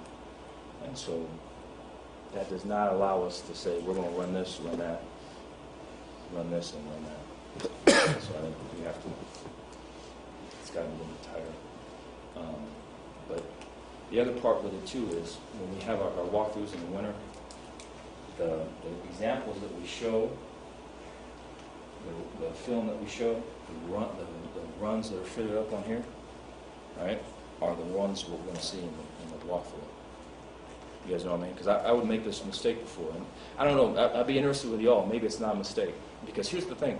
I think what we don't want to create is robots. We don't want to create, and so this is the struggle we go through every day. We don't want it to be, you want to be a football player. So what you don't want to say is, hey, it's red light, stop, it's green light, go. Right? There's times you can jaywalk that thing. You know what I mean? There ain't no cops. Right? I can jaywalk it. It's not 7 a.m. in the morning on a school day. It's 7 p.m. at night. There's no one here. It's a red light that I can go. You see what I mean? I think you want your football players to be able to do that. But what we say that is football intelligence. You see what I mean? And so when you teach it this way and structure them like this, right? You're bringing the structure to them, but you want to build it. I think it's the teacher in the room that's got to be able to apply the concepts. You guys see what I'm saying? Because I feel like if we just said, hey, concept based, our guys struggle to get it. They struggle to get it. I think it's got to be like this coming in, and then you open that bitch up, and then the concept comes out. And I think it's the coaches, it's my responsibility and all that to sell that. Hey, we're doing this because of this, right? Here's how this is like this other thing. Okay, I think that's huge, man. So the drawings on here, the write-up on here, the video on here, and then we go practice those same things. Like when we do that, I feel like they got it. You know what I mean? We've added to a tally of how many times they've seen it. So like, here's what we used to do. We used to have a stock thing of install, and it'd be these formations, and there'd be like slot on there and pro tight on there and everything else. And we would spend a lot of time on that.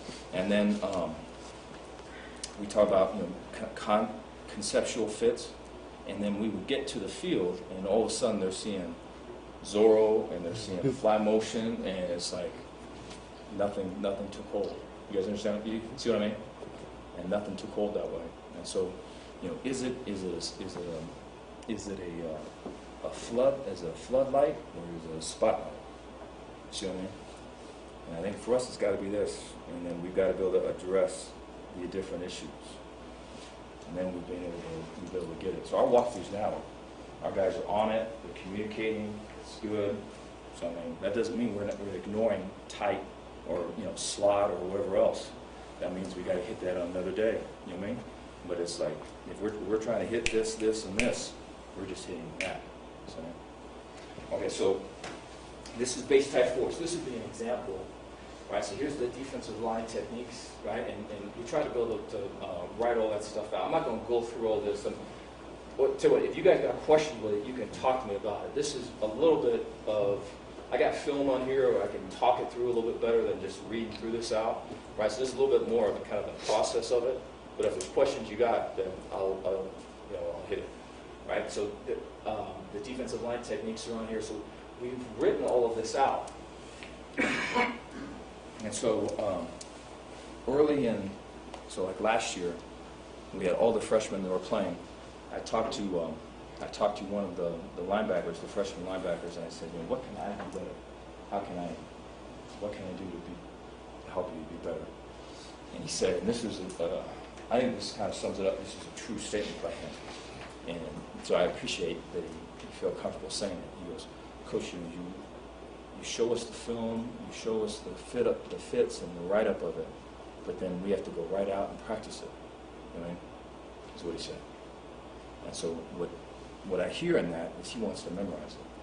You see what I mean? He wants something to be given to him before, so he can look at it and memorize it, and then go out and do it.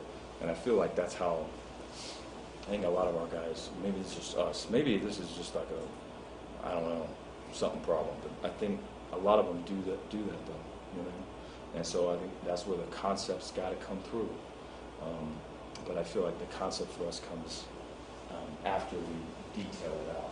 Okay, These things right here, I think, help because our players can understand this and read this, and they can take stock of it.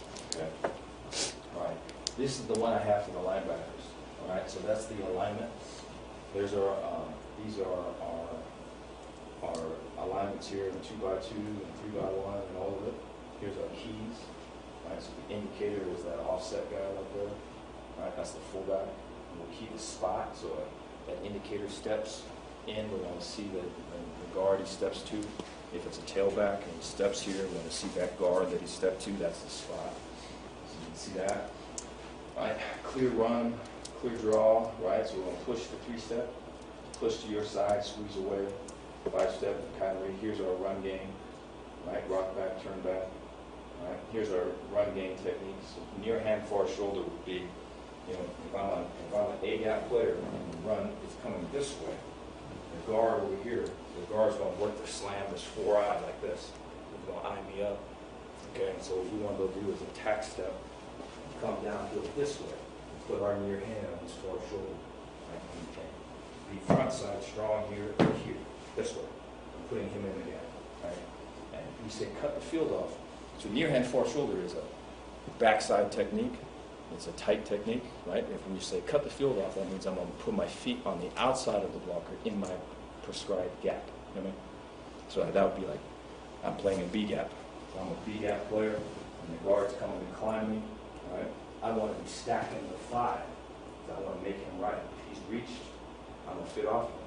What I don't want to do is just come straight downhill, right? And you know, the 5's reached, the 5's not reached, and there's issues over there if something bad happens. So we want to be stacking this way, and then I will work to cut the field off this way. Outside arm right through here. All right, so those are the 2 techniques. There's the nest, right? Our insert technique. We talked about slide protect, fan duel, we talked about. All right, here's the pass techniques. X off, X over. We have a big adjustment for that. That's a whole clinic of itself right there. Is that thing, and then tackle it. All right, so like this right here, we go through. Our guys can study that, and it works out good for them. Here's the outside backwards. So this is how we outline it. All right, so here's hammer. Hammer means they take 2 to flat. Okay. All right, so here's another example of hammer. All right, and so there's the outline of it over here. So like this right here, this sling. Right, and we're just teaching it off the bat. I can't teach you. We play this as hammer initially, right? But I think there's a fair amount of times that we want to play this in red hammer. And the safety will take 2 to flat. Even with this guy being an outside leverage, we're going to get, for example, if you got like a rail flood, right? So like I say, there's fly motion coming to this sling, and he arcs, and the motion goes. We really don't want that outside linebacker running with that. And so the safety will play that. You got to that, and we check that red hammer anytime he's off, too. Yes. We got it so much, especially if we got double yoke. That's right. Because you can get the arc and you That's get right. the ride zone. Did you? Yeah. Were you only checking it when it was off? No, we would check it when it was off, and then the other time we would play it, where we would normally play hammer, would be flatbacks. So into the boundary, we play red hammer into the boundary. So the safety would take 2 to flat in the boundary. Flatbacks, what's flatback? Gun split. Oh, okay. Yeah, so same type of thing. The play pass off the Zorro, Yeah. the safety would play it so that backer would stay on the line. Yeah. All right. Let's see. It is, yeah. So Red this is, hammer. so this is apex right here. So there's red hammer. Right. We say bang, and so like the if it's 2x2, so we can get a Fox player in just about everything we got, with the exception of double twins. So now it's 0 coverage, and so I think that's something I'm always interested, because I think because I say it too. I find myself, and Corey Raymond, one of our DB coaches, he always catches me though, because I'll use the term quarters or some type of quarter type term when it's really just 0. You know what I mean? And I think it makes us all feel better about the situation. But if I say like this thing right here, so like this is red hammer. It's like red hammer is 1, red hammer is 0. You know what I mean? Okay. And so there's red hammer. So like there's a 2x2, right? How do we get the relief of it? So we say check bang, right? And so it's a camp roll that's going to be to the field. So that outside backer will be 1x5. He's going to reroute number 2, and then he's going to work back in. So he's working to reroute off that. We get the bang 8s and everything else that I'm sure everyone else gets, okay? So we want to reroute that cat first and then come back in. So like versus double twins, that was an automatic for us. And we could do, you know, during the season, that was, you know, away from the back.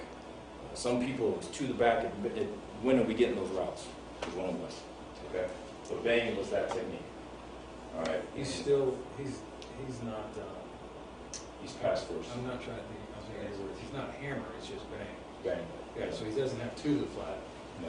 He's just banging it and then falling back. That's in. right. Yeah. Yep. Yep. The switch alert.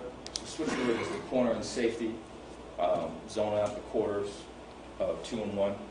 So the corner will match. The corner is responsible for the final 1. The safety is responsible for the final 2. Right. So let's say, for instance, though, let's say this is number 1 right here, and then this is your number 2. Right. So this is switch alert. So the ball's over there. So 1's going to come like this. Right, and we call this a flat 7, 2 doing like 7, like that. Okay. Well, the corner's responsible for him, but he's going to play that top down. So to allow him to rest the safety. The safety's going to work to get on top. And then the outside backer, his drop on this, where is it? Switch load. Is up top. His drop is seam. So we use the term seam flat. So what that means is, right, if it's a switcher over here, he's looking over there, he's trying to see. 1 and 2, if I vertical, I'm going to pack it in on the seam, take away the bend, right? I'm going to play the seam, right? If it's switch load over here, right, I'm going to get my run pass, all right? And I get 1 to the flat, or I get 2 to the flat, now I push to the flat, you know? And now, I don't have the wheel of that cat, I've got 3 of the flats too. You guys see what I'm saying? Okay? So the corner's responsible, if that thing goes to the flat, that corner's going to play top down. Right, if that ball comes out quick, you know, we're tackling it. The outside linebacker a lot of times has a good feel of a lot of switch alert is going to be all that. Okay. Here's box The down. corner plays the sail of 2 when that guy goes to the flat. Correct. Yeah. He sinks out because you'll get The help 2 with- levels. You'll get 1 out and you get 2 deeper out. Correct. So the corner's got to be playing the Correct. sail of 2. Correct. And then the wheel of 1. Correct. It turns out. Correct. Yeah. He's playing top down on 1. So here's screw. If this was base. So if we're in base and there's straight quarters, then the F is over here. So this is another example. The base way of playing this is hammer, where I think a realistic way of it would be we could be in screw but play this as red hammer, where the safety's just matched on 2. A lot of it would depend upon the stuff that we're seeing. All right, here's box right here. So if we're in box, this would be a great example. This would be an aggressor over here. Backside, the aggressor here, this would be a protector here at the corner. Aggressor, protector, and then the backside safety would be playing fox over here on 3, so that'd be including the F. That's where you were saying they all key 1. Yeah, so like if this was, so say we're in box over here, right? If we would start here to here, we're going to start with 1. So what we want to go see is the ghost. We got the ghost coming back, right, at the snap, right, we're going to work back with this. So we're going to see him. We see him to him. So like say he blocks and we get 3 going out, the linebackers, they're not cooling 1, they're just seeing 3. So the linebacker's seeing 3. So 3 goes out, we're A, we're C. You know, this would most likely be a green guy, and this guy would be a red guy if that was the case. Okay, but let's just say for whatever reason, we get both of this. We get this coming back, and we get this coming back. Okay, if that was the case, then the corner's here working with 1, the safety's working the fox, this other safety's working with a red hammer. We see it with him first. So that'd be ghost. I think a fair amount of people would play, run that. All right, so this is X off, X over. Okay, so up top is X off. All right, down below this is X over. And so all we do with, so shell is our term for X off. And what we say with shell is, Gives it back. Shell is cover 3. X on is like a rolled over quarters. So 3 deep, we're rolling the DBs over. Okay, and so like a load, right? And so, what's the reason for that? You know, like this picture up top. Okay, we didn't used to play shell before. We used to just say, hey, we're going to play quarters, and then if they if a motion or whatever gets unbalanced, and then we're going to say, hey, you know what? We've got to be able to adjust to where, let's see, this safety over here went to this, right? This safety over here went to that, and this corner over here went to that. So we used to do that all in the snap when he motioned. So he would fly motion. He would run here, he run here, he run here. The problem with that wasn't necessarily that formation. It was a wing formation. You know what I mean? Like a tray wing, X off. You guys see it? And that X would fly, and you're counting on the guy that's the force guy to set all that stuff back. He's sitting here like this. And so it's got to get all the way across to him, and it's, oh shit. It's got to get down, and your edge ain't what you always want. One guy moves, and all these other guys move. And so we've been through that quite a bit. In Wisconsin, we got a fair amount of that. We had the remnants of Mac Canada system, and so we saw it a bunch. That's when we changed it. So then we said shell. So the whole idea behind shell is that we're just going to put them down, right? And so so the safety over here in shell, right? This safety, and we're playing cover 3. So we're in quarters. If it's X off, we're playing 3D. So that safety's down, and this safety is the lean post safety. He's right over top of the Y right now, as your lean post, your corner's off. So that way, when this thing comes over, this safety's already in position, and this safety's already in position. I mean, they're closer to all their work. The guy that's moving now is the corner, right? So we can get the X. So there's an example of shell. This safety should really be over more, right? And then we're going to work over to X. So X on is just roll over quarters with your corner, depending upon the threats, was either a Fox Alert player or a Gold player, right? If he's got an eligible alert, right? He's got the vertical.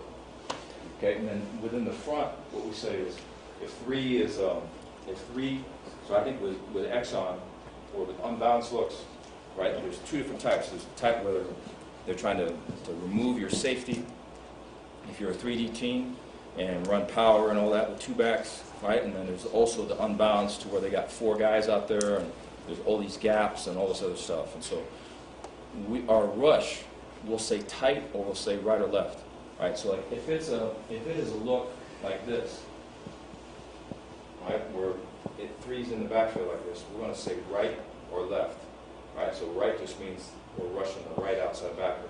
This could be in the boundary. We could say left, we're rushing him, right? And we're saying, you know, this over here is going to play out as a red hammer. This over here is a Fox Alert, and there's your force defender sitting over here. Now, if this was a spread look like this or this, now we're going to say tight because we don't want to rush this guy. We're wasting him now. I feel like all the shit's over here. So now we just say tight. So now he's sitting here and we're gapped out. Okay, so if 3's in the core, we're going to say right or left. If 3's out of the core, we say tight.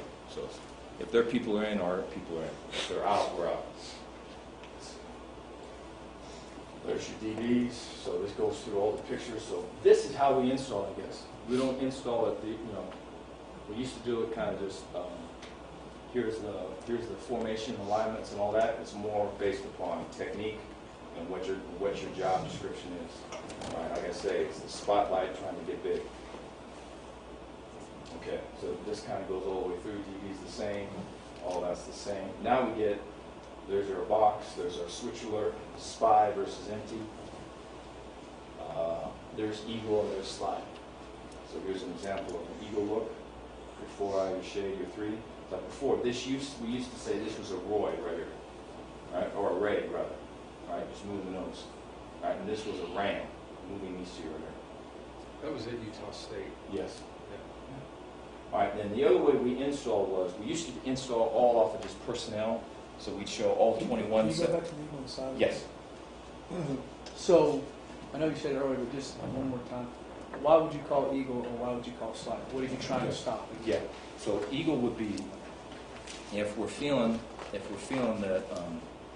So like if this was like a zone team, right? If this was a nose right here, and this is the center, and they're going to zone this way, and then we'll push up vertical like this, and this guard is going to come and try to work this way and overtake them here. Let's do that. We're all for that.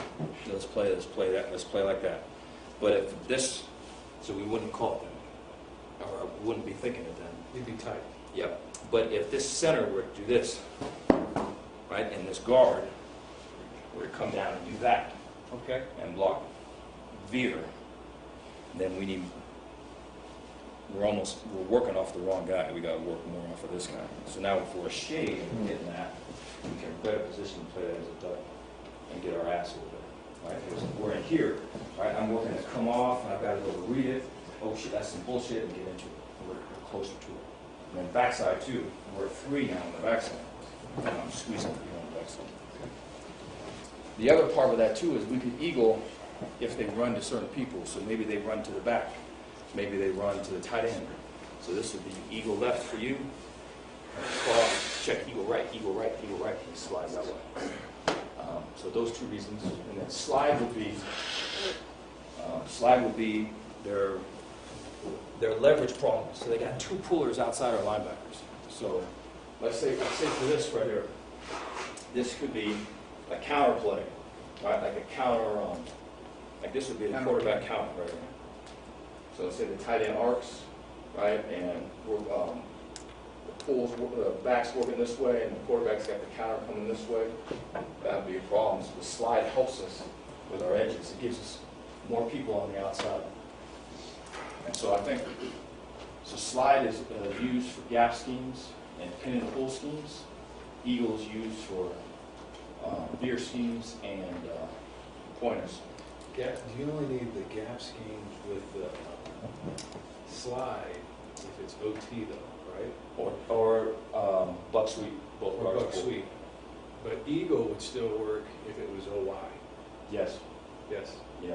And you said though you like almost going the other way sometimes. Didn't you say that? You like eagle in the opposite. You don't put the shade to the double to some of your gap schemes. You put them the other way.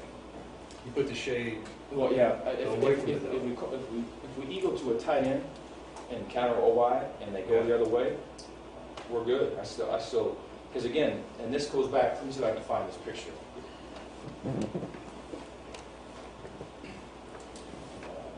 It's going to be 3x1.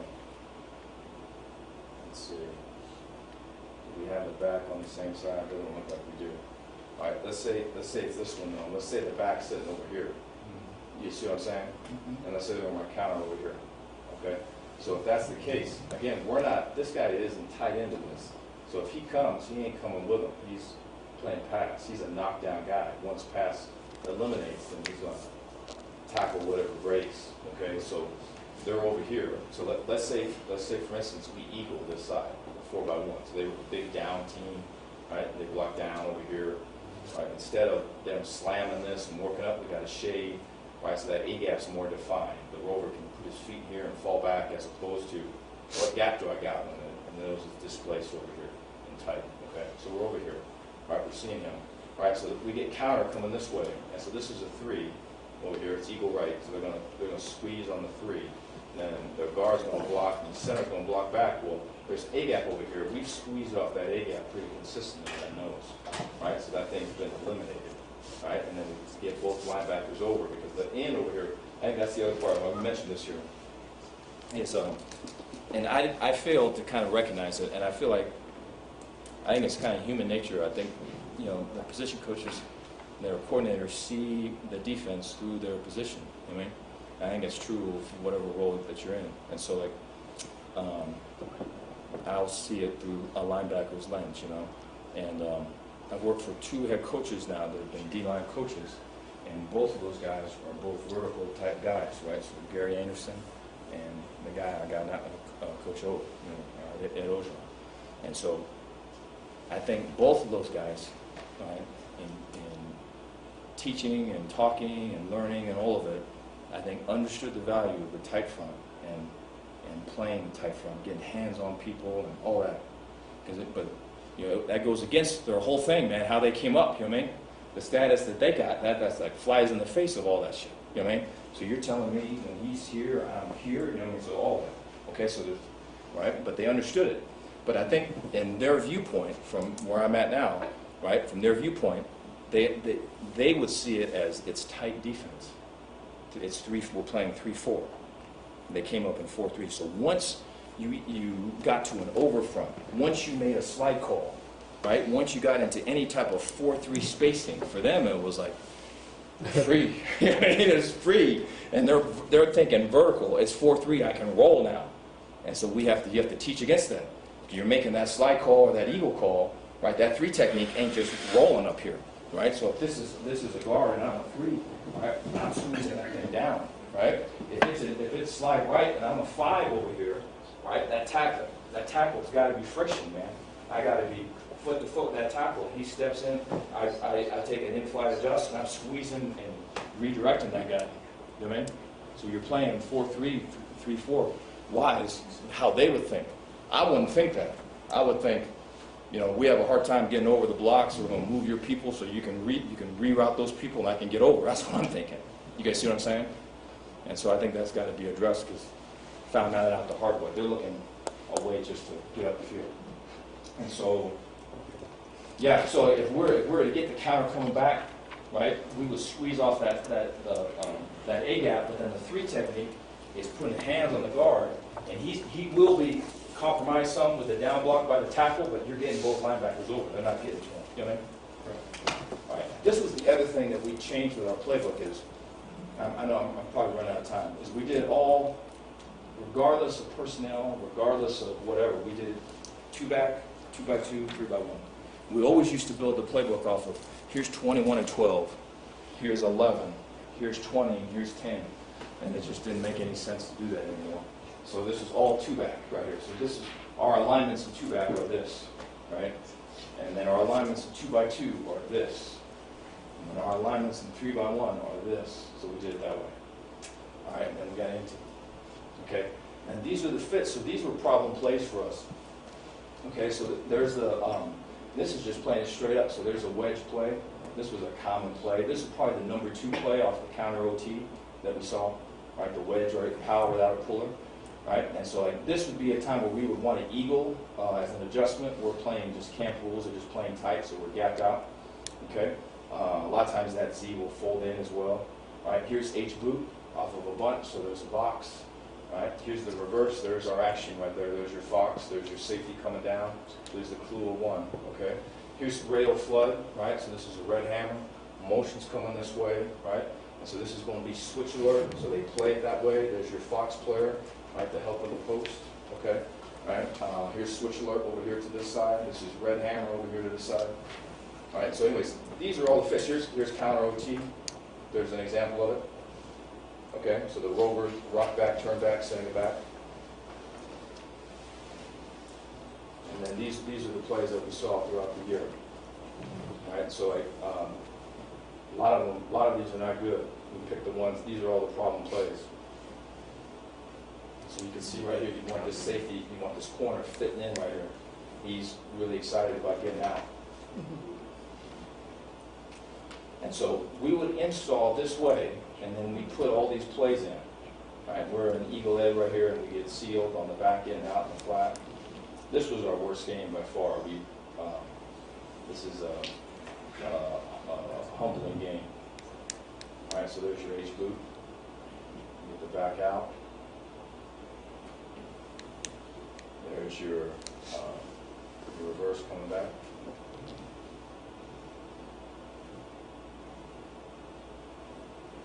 There's your wing with fly motion. This is your rail.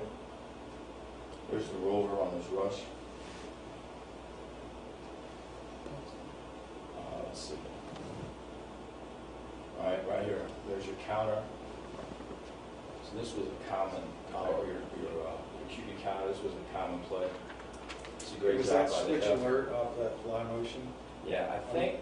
Did they go switch alert? They were switch alert before, right? Yes. And then off the fly motion, when it arced, corner stayed. Yeah. And he took the Yeah. So this is an example. You guys see how we're slid over here. This is slide right. So the angles here would be worse if we're in tight. Was that because it was a wing set? Mm-hmm. Yeah. We slid to the tight end. Or was it to a tight end, or was it because it was a wing? Tight end. Yeah. Do you ever teach that 5 to cross tight end face on down block? Yeah. I mean, depending on the angle of the block. Yeah. If he comes, most people are not going to see us as vertical push, so it doesn't happen too much. But yeah. So anyways, this thing will go on and on. Am I out of time? No, keep No, going. I'm good, okay. All right, and so we would install and then we would go through this cutup. So here's a bad example of the F right here. He's got to see run. So there's his pat the feet, and he's playing pass. I think this is what happens when you get beat down. You start seeing ghosts. So all of the problem plays that we saw, those are the plays that we're repping in the winter. And so, like, I think I would not do it this way had I not been the 2 years here. I would play it different if I was at Wisconsin. But there was such a copycat deal. I think there's merit to it. You know what I mean? Because we're going to see it again and again, especially in that first game. We got Miami first.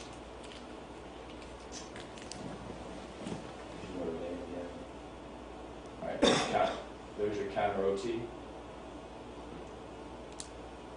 All right, so this is a good example. Okay, and so we got beat. They scored on this drive. So I think in the third quarter, when is this?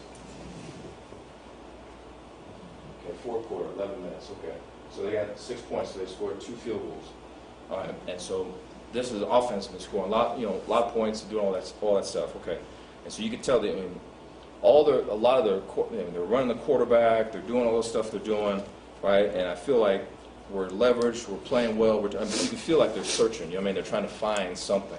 It's a Rolodex. They're trying to find something. Okay, so they run the counter OT, and we slid the front because we can get counter out the other way. And so when we get the shade to this, say I'm a QB right here, and there's a back right here, and the back's working this way, right? And they're pulling both the guard and tackle here. If we had a bubble to that side, we play that as an exchange, right? Because they're going to block out on the shade, so that end would chase. And that linebacker is responsible to whoever call you guys have, the squeeze and scrape, whatever else, where he would stay and play the cue, okay? And we did that to try to account for the numbers or the angles that they're creating over there, to not fight through all of that. Let's hit at this, okay? And so that took being on the same page and communication and a tap and everything else. So they hit us with one time in the third quarter, and this was an A run. So like all the plays we see, we feel like these are the A runs, A passes. These are the things we must stop. Those are the stuff that's diagrammed in that thing.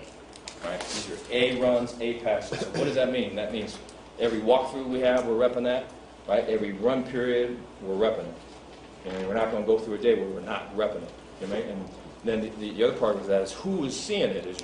How many times did your ones see it? How many times did your twos see it? You know what I mean? So the attention and care is paid to that. Okay. Then 2 is going to be your B runs and B passes. So those are things that are kind of like their change-ups, right? If you have like a 5 or 4 game break, then that may be 5 reps, 4 reps maybe. You know what I mean? And so those are things we rep every other day. Okay. And then the last thing are your C runs. Right? And your C runs are your game plan runs. And so I think once you go to the game, so the game plan is, hey, is this an inventory that the dude has that he just pulls out? Or are these plays that they've repped, that they've seen other people get beat on, that they're pulling out from that? You know what I mean? Where is that coming from? That's helpful to know. Okay. And so this was an A run. And so, I mean, it pains me to say, man, we lost this bowl game because we got beat on an A run. You know what I mean? But this is our guy, the guy that said that. So when this hit, this is after the first series. The first series they did this. I think they got in position to score a field goal. The series before this. So this is the series after. And so it's drawn up, we show it to them, they come on out, and we didn't get it right. And so here's an example, right? This should be a squeeze by the end. The linebacker stays for the cue. Right? You see 43 wants to build a splatter this. 40's coming out too wide. You know, I hate to blame him. He knows the play. He knows what's coming. He's got to play it. He's got to play it as opposed to trying to cheat him. Dave, define splatter, please. Yeah, splatter would be splatter and trace would be the same. So if this was a block coming at us like that. So let's say I'm a trace player. Let's say we're playing field 3. We're going to rush the F, and there's a tight end right here. what we want to be able to do is be a yard off, and we'll push off this foot, step with this, and I want to take this hand right into his numbers, open them up this way, right? So I square them up, right? So I'm strong here and here. My eyes are lower than the blocker's eyes, and is inside your bowl, and playing the inside. And so we want to play, if we got a counter or we got a spill opportunity, we want to play that same way. We call that splatter. So 43 should have been underneath this? Yes. Yeah. You should have opened them up and come underneath. And 40 should have leveraged this and get it to the end.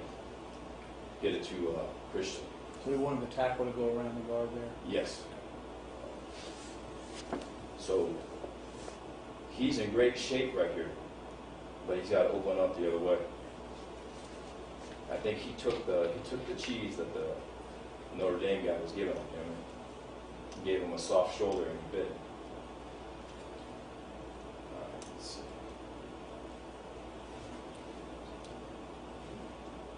All right, down play. And so here for me, so we were talking about this before. And so this is, at Wisconsin we did this.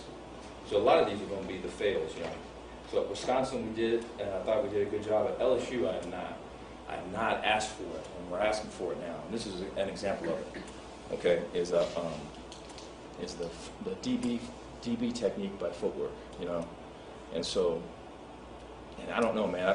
What I struggled with at LSU was I didn't want to be someone that's talking out of my space. I ain't played DB. I've coached DBs twice. I'm not an expert on DBs. It makes sense for me though. When I'm watching it, if I see their footwork, I know that they know what the play is, what their responsibility is. Their footwork is the signature of that technique. You see what I mean? And so like, here's an example. This right here, this play. Okay, so we've got this safety up top. Okay? And he's tied into the fit here. We got this safety right here. He is not, because he's in the backfield. This is goal. We don't tie him in. So he's a walkout guy. So he should be an aggressor. He should be a protector. Now, the way that we did it prior till now is that we talked about that. And we said, hey, man, you're to a tight end, you're in the fit. If you're out, not to a tight end, you're not in the fit. But we didn't do anything with the footwork. You know what I mean? And so what ended up happening was, I think I don't really know. I mean, I haven't asked them, right? But I feel what ends up happening there is that there's nothing to hold them. There's nothing to sign your name off on. There's nothing to own. And so then it just becomes, you know what I mean? Maybe they don't know it. Maybe they don't remember it. Maybe it's the heat of the moment. Shit's moving fast, and I'm just kind of playing, whatever it is. And I feel like when it gets to that, the footwork can take over. You mean you can settle in, and your footwork can play. So like to me, in this safety up top, when all that comes in, he comes in, right, and he pats his feet and gets his run pass read. This safety down below, because he's out, he's walking out. You know what I mean? Right, and so it would be the same. It's like the walkout footwork, pat your feet forward. If I'm an overhang guy, if I'm a nickel or an F or a B, and I'm in an apex, we pat our feet. You know what I mean? Because what this thing is, you know, there's this, and there's a bubble, or there's some shit, there's a slant. So the thing is, there's only one ball. You know what I mean? If it was like this, and there was another ball that kind of came out of the sky and went over, then that would be a big problem. But there's just one ball, so there's like, so I'm not going to don't give the quarterback a quick decision. You know what I mean? Right? Give him a slow one. Pat your feet. Stay right there. Right? So when all this is happening, so the pat the feet, I think, ties that in. You know what I mean? Because if you don't, then what ends up happening is it may be a clear run and a guy's diving up. Right? It may be a clear pass and a guy's getting back. And you want it to have some structure. And I think the footwork is, I mean, I feel like I'm probably talking out of turn, but I feel like that helps me anyways. When I watch it, I know that they know what they're doing. You know what I mean? Right here, I just see guys bouncing around trying to survive right now. And so that's tough to look at. All right. So anyways, this thing goes on and on. Let me see. Let me see if I can, so there's more. Let me see if I can pull this up real quick.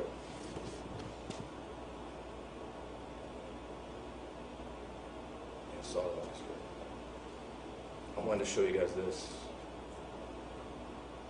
So all of these would be the same. I'll take you through the linebacker one real quick.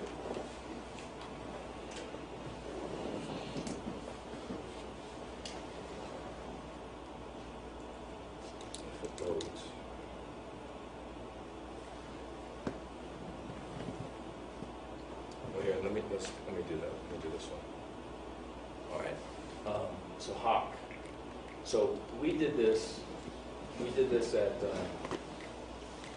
the first year at LSU, and we did not do it. We did not do it last year. We had struggled to play nickel. We're going to do it this year, okay? And so what I'm talking about is out of nickel versus 11 and 20 and everything else, the ability to play tight, the ability to play under, the ability to play over. I think that's huge. I think that's a big, big piece. And I feel like us not being able to do that last year, I think that hurt us, okay? And so with the same people, the ability to play over. So here's the problem with playing over when you're a tight defense, is that it's recruiting, right? And we're scouring. I remember at Wisconsin, we go to any high school in Wisconsin, there'd be some, I remember the fairs at Wisconsin, man. They got all the beer flowing and everything, and there's the music's playing, and you just saw the largest white people you ever see. And just like mountain people, man, just walking around, and it's just like it's the land of power forwards, man. You know what I mean? It's the land of power forwards in Wisconsin, and it's the land of tackles and O-linemen and 4 eyes. You know what I mean? Okay, but here's the problem is, so you recruit that dude to be a 4-eye, and now all of a sudden you go over, and now you're a 5. Now you're a 6. You guys see what I'm saying? And so when we first got to LSU, we had a dude that they were recruited for 4-3, and so there was a guy that had it was a kind of a 6 technique, 7 technique guy, was 270, kind of undersized, but had some snap to him. We took a bit of a risk having him play that 4-eye. He did a great job, but it allowed us to play over. And at the time, I didn't really see it as, yeah, man, we're doing this and we're doing that. This past year, we played with almost exclusively all nose guards. There was a nose guard at one end, there was a nose guard at the nose, there was a nose guard at the other end. And so it became very obvious that, hey, we move them out to a 5. What the fuck? You know what I mean? And so we didn't do it. And what I'm saying now is that hurt us. Is that you're going to get schemed up with just all your tight stuff. Okay? So having the ability, smaller guys? Yeah, I think so. I think having the ability to have athletic guys is key, right? As opposed to the mountain men. You know what I mean? I think there's merit to it. But then I also think, right, whatever stretch you have to make to play over, I think there's merit to it, right? Because the runs that you're going to, much like when you are playing when you're playing 4, right, and now all of a sudden you're playing spot drop 3, the routes that are beating up 4, you're fitting them up in 3, and then vice versa. It's the same thing from not so much odd to under, but odd to over. You know what I mean? It complements it great, okay? And I think there's a lot of merit to it. And so that's what this is, all right? So all we're going to do with this, here, let me. Now, would you Use slant that too? Would run you slant? game? Oh, sorry. Yeah. Or are you talking about run game or going to pass when it's passing game? Run game. Run game? Run game, yeah. Now, pass-wise, it helps you because of the edges that you got. But I think run game, it helps you. Yes. For all of like the counter plays and all of the, all of the down plays, right? I think having that overlook when all you've shown on film is tight, I think there's merit. When you're putting someone in the C gap and in tight, there's nobody in the C gap. You know what I mean? There's merit to it. And then having the 3 on the front side, so the counter T, where they're blocking out with the guard and they're pulling the tackle. Right, over fits great versus that. You got your 3 there, and you can squeeze all that cross face, as opposed to 4 eyes and be a little bit late with it. Now, the one thing we do off of this is we'll run, we call it sting, and so I was trying to pull up Saw Dog. I'm probably not going to go that. Okay, so like, let's say. Do you need Jamie to help you? No, I'm good. I'm good. He's So, up to time. okay, it's time. Okay. No, it's not time. I think, isn't that what you're referring to? No, it's good. You got it? Yeah. So let's say we're in Saw Dog right now. So Saw Dog is 4 eyes, 0 nose, and we're bringing the nickel and the B. So that's all that is. Okay. There's merit. I think like we talked about the playing bear. We call it like diamond. So we play diamond, like diamond dog. There's merit to that, right? Stemming from tight. to bear and bear to tight. Easy for us, it's hard for them, I think. You know what I mean? All right, so there's that. Now, so tight, so when we're running sawdog, all right, and we're bringing, over the center, there's your 4 eyes here, and you're bringing your outside guys, right? We're really keeping it kind of that way. The only adjustment we're making is if it's empty, we'll twist it, you know what I mean? We'll net it. So if it's empty, we'll net it, right? The nose will work to the boundary, and that boundary end, 4 eye, will loop inside. Quarterback draw, or whatever else, okay? Outside of that, we're playing it. Now, here's the thing, right? If we're in sting, we're in an over front. So I'm gonna say this is a lake or river sets it. So lake left, river right. So say if it's lake, I'm a 3. We used to call this two-face. We say long stick now because that's the way I think some of our people understand it better. So if it's long stick, I'm gonna slant here and I'm gonna work right to the center. And I'm gonna work right off of that. So that's the 0 nose. You see what I'm saying? Right? Here's the G over here. All right? He's gonna leap out this way. Right? And then he's gonna have a big gap rush. So that's your 4 eye. You guys see what I'm saying? And so when we bring the nickel off the edge, right? This end over here is in a track. That's your 4 eye. Your nickel rushing off the edge. So you're going to have someone right here in an A gap area. You're going to have a dude over here, an end over here in a B gap area. You're going to have a tackle over here in a B gap area. You're going to have 2 edge rushers. You can see what I mean? So those fits are the same, right? So the saw dog fits and the sting fits are the same. We keep it the same, right? Now what's got to happen is, like, say, if this is a bubble over here in sting, so sting is just nickel from the field, 4-man rush or 5-man rush. That's what we're saying, okay? So there's a B gap over here. That end over here has got to be playing it as the end's got to be playing as if it's a B, right? So I say if you're in saw dog, he's got some width to him, right? He's a surf player versus zone read, so he's sitting, and the whole thing, he's got the outside edge of the QB. That's what he's got to play now in sting, and using the loop of the G to a 3 technique. You guys see what I'm saying? So we all got to be agreeing on that for the fits to be the same. Otherwise, does he go to a 3 or does he go to a 4 eye? It depends on the block, but yeah, he'll go to a B gap area. B gap area. Yeah. Okay. So this is Hawk 1, right? And so we have river and lake coals. So the B will always be in the boundary. So if we need to, on a look over, get to a tight front, we can get the tight. So the B's in the boundary, right? So if we get a look over, or the offense is changing something, we can get out of it and get to tight defense. And so the ability, right, to get from odd to over, right? Odd to under, I think there's a lot of merit to, but odd to over is another thing. Okay, and so here's midline. So like if we get midline, this was a run that we saw quite a bit with quarterbacks. That end's going to sit and play the Q, and then the max going to play A the ball. Okay, here's your counter. All right, here's your counter T. So I mean, I like this fit better than the tight look versus this. So Dave, you've just determined one of those ends is a 3 technique. Correct. And one of those ends is a 5 technique. Yeah. Now I think it's more based upon the field, the B's of the boundary. This is a good point. Yeah. So I think let's talk about this. So like say, the biggest issue is if I were to have my druthers all of it and all of these cats would be the same, then it wouldn't matter. We would just slide it. So right. The nose would be the 3, exactly. The nose would be the G, and all of it. Yes. But if they're not, like our nose right now is a great knockback 0 nose. The dude is 6 foot 350. Right. And so there may come a time where he's playing a 3, but just right now it's just hard to do, man. It's just hard to do that. You know what I mean? And so we got him playing nose. You know what I mean? So how do you stem to it? We wouldn't stem to it. When I look over, we would line up in it. Yeah. So if they look looked over, come back over. yeah. We So got just, this so this is always to the field. This is always to the boundary. Just these two would switch. Yeah. That's all it is. Inside of like a switch coach, What's that? you might travel with your 3 and Yes. go overstage, so they'll switch Yes. with the call. Right? Yes. So if they were to look over, we would work back. Now, so let me say this. If we're in peso, which peso would be this. Pesos are an angle. Yeah. This is our bow. Right.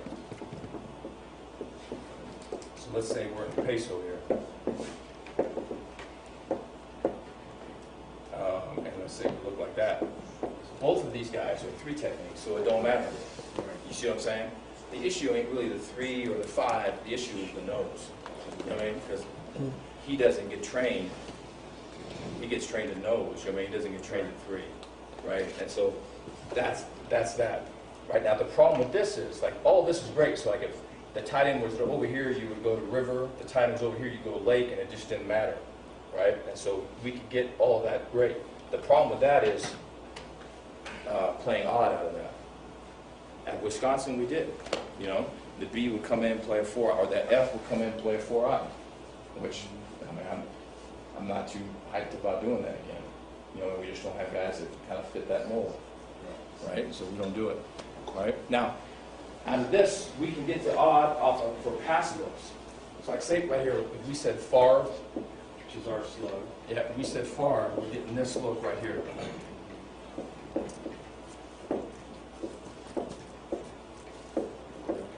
Right?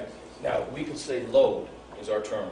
And load, so like this is far, and then let's say we have breeze, 2 packers, let's say. This is an N, F, B. So the load stuff, because you remember at Utah State, we had a lot of load. I think the guy that's at Texas now does all the load stuff. He does it with personnel. We're going to do it more with just pesos. Like, say we're in breeze and we get this look, right? So he's on 2, he's on 3, he's on 2. We're clouding here, playing quarters there. Well, we could say load, and now we can move so we can get to odd, but not for the run. For the pass, we can't. Right, you got load, nug, and bear. Right. So let's say if it was like this, so where's the back? Right, and we want to say load far. We're moving these guys we're loading them to the F, load breeze. We're loading them to the B, to the boundary, load far to the field. So now it's going to look like this. So now give him to declare man protection. Right. So now we look like that. And now you're running the same pressure. Right. And you can do whatever, however you want it to do it, like that. Right. And this one's the same way.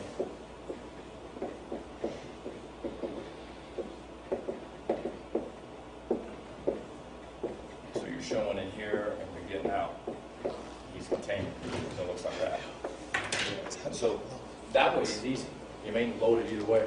Now, at Utah State, we did that with little people. So we had one D lineman in the game, and little people would come in and move around.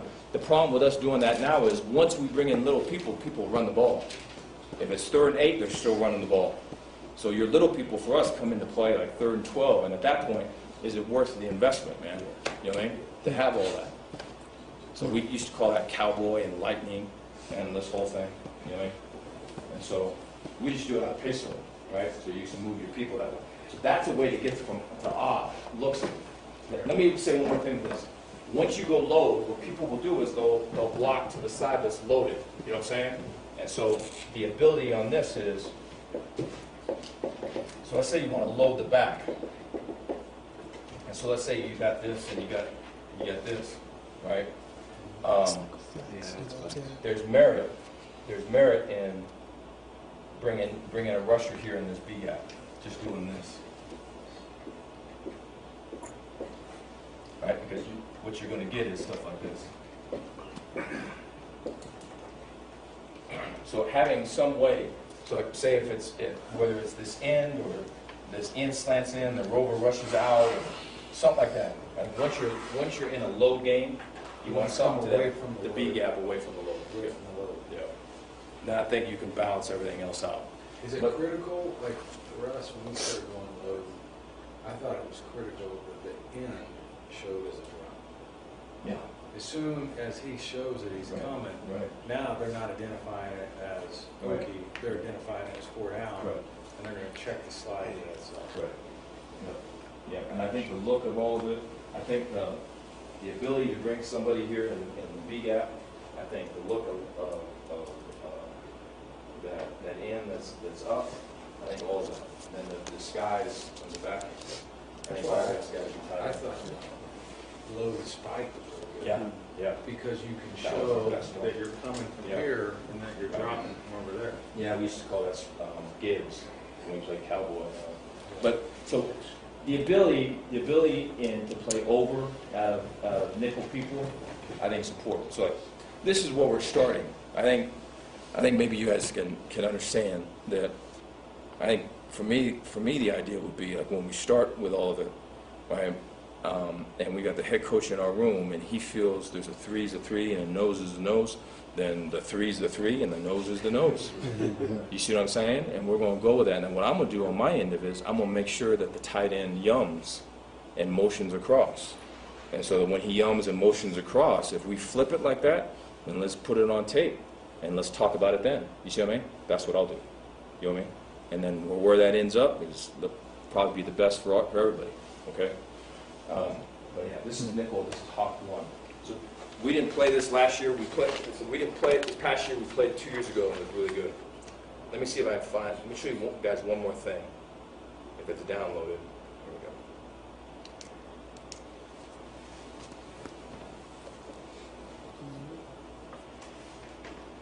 go. All right. These people ran to a tight end, so that's eagle right up top. So let's look. Let me see here. Look at our safety over here to the right. You see him start to walk out. He's in the fit. That's a freshman safety. So this is a freshman here. Freshman, freshman, freshman. Freshman nose guard. Safety up top should be patting his feet. He's in the fit. He's got the C gap. What helped us here, I thought, was the fact that we're eagle and C95 with the shade. See the knockback. So they ran to the tight end. Wherever it was, they were running to the tight end.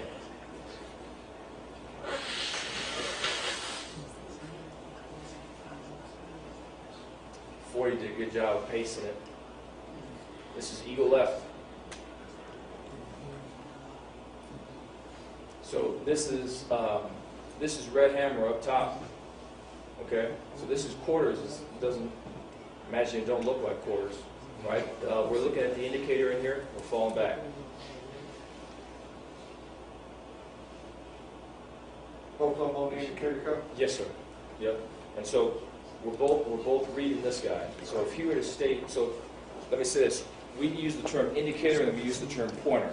So what the indicator means is, in this instance right here, if that's a tight end off the ball like that, okay, right? If he goes in or if he goes inside or he goes back, that affects me.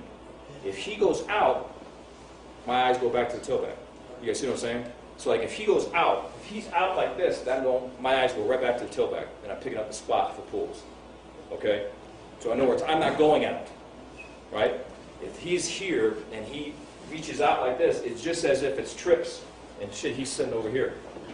See how I'm okay? My eyes go back down. If he's an indicator and he comes in the core like this, like inserts, or he split flows, that's why we see him, so we come back. Now, if we're in dog, 3 under 3 deep, right? We could use the term pointer for him. So now it matters where I go. You guys see what I'm saying? So if I go out, that max got to go with him. You see what I mean? Right? If he goes in, we're in. If he goes back, I go back. So we use that. We didn't do that before. We had Matt Canada as our coordinator, and you play his offense. You see the difference between indicator and pointer. You see what I'm saying? So let's say there's a wing over here, or there's a sling like this, and let's say there's a twins over here. Twins, right? And we're in 3 deep, and they got flat motion. Here comes flat motion coming this way. Well, if we're in quarters, we'll adjust from 2 by 2, we'll bump to 0.50s, and we're going to see him. Because it could be counter, it could be split zone coming back with the fly, right? If it's any of that, we're rocking back. If it's any type of reach, the F set the edge, and this safety's playing hammer to the side, so he's your fill. Then this linebacker plays, say it's fly this way, and say it's a zone with a wind back here. He's playing the wind back of the zone. You all see it? And the rover's playing the A-gap. And so the indicator over there, he goes out, we're still playing in. But let's say if it's 3 deep, or fire zone, like we bump it You know what I mean? We bump the fire zone. I know there's a lot of people that rock with the motions, but we bump. I think this would be interesting for you guys to, or I guess for me to hear from you guys. The problem that I've had, and I know I'm biased, so that probably colors it, okay? But the problem that I've had for linebackers when they're rocking and rolling is, because the idea is you like them to know, hey, you're not moving, you're in it, and I realize that's the argument. My struggle is that their job still changes even though they haven't moved. You guys see what I'm saying? And so that's the struggle I have. So that's almost more difficult for me. You know what I mean? If you move, much like we talked about with the DB footwork, if you move, if your footwork ties you in, right? If I move, if I know I'm dropping off a 2 and now I got a bump over here to my new number 2, that's my fit. But if I stay over here and I'm on 2, but now I'm on 3 or whatever it is, our guys, we bust with that. And I probably am too critical with that. I probably look for that with too keen of an eye. So anyway, so let's say we're in 3 deep and we're bumping. So this rover, we're bringing 23 right here. So he's rushing. He's dropping on 2. He's dropping on 3. There's twins over here. There's a guy dropping on 2. So there's motion. So now we're bumping. Here's this. Here's this. Here's this. Here's this. So now this is a pointer now for both of these cats. For him too. You guys see what I'm saying? Because if he arcs, right, we get this coming right here. We're going to need him. But now who's going to be playing the bend? You see what I'm saying? As he works on over, then the DB's coming in and playing right here. Okay, so that's the point, right? So if we're in any form of single high, it's pointer. If it's any type of quarters, it's indicator. Those are the terms.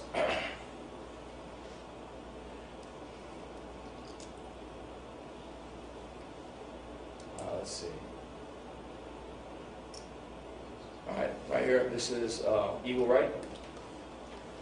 There's a good example. You can see what they're trying to get with the nose.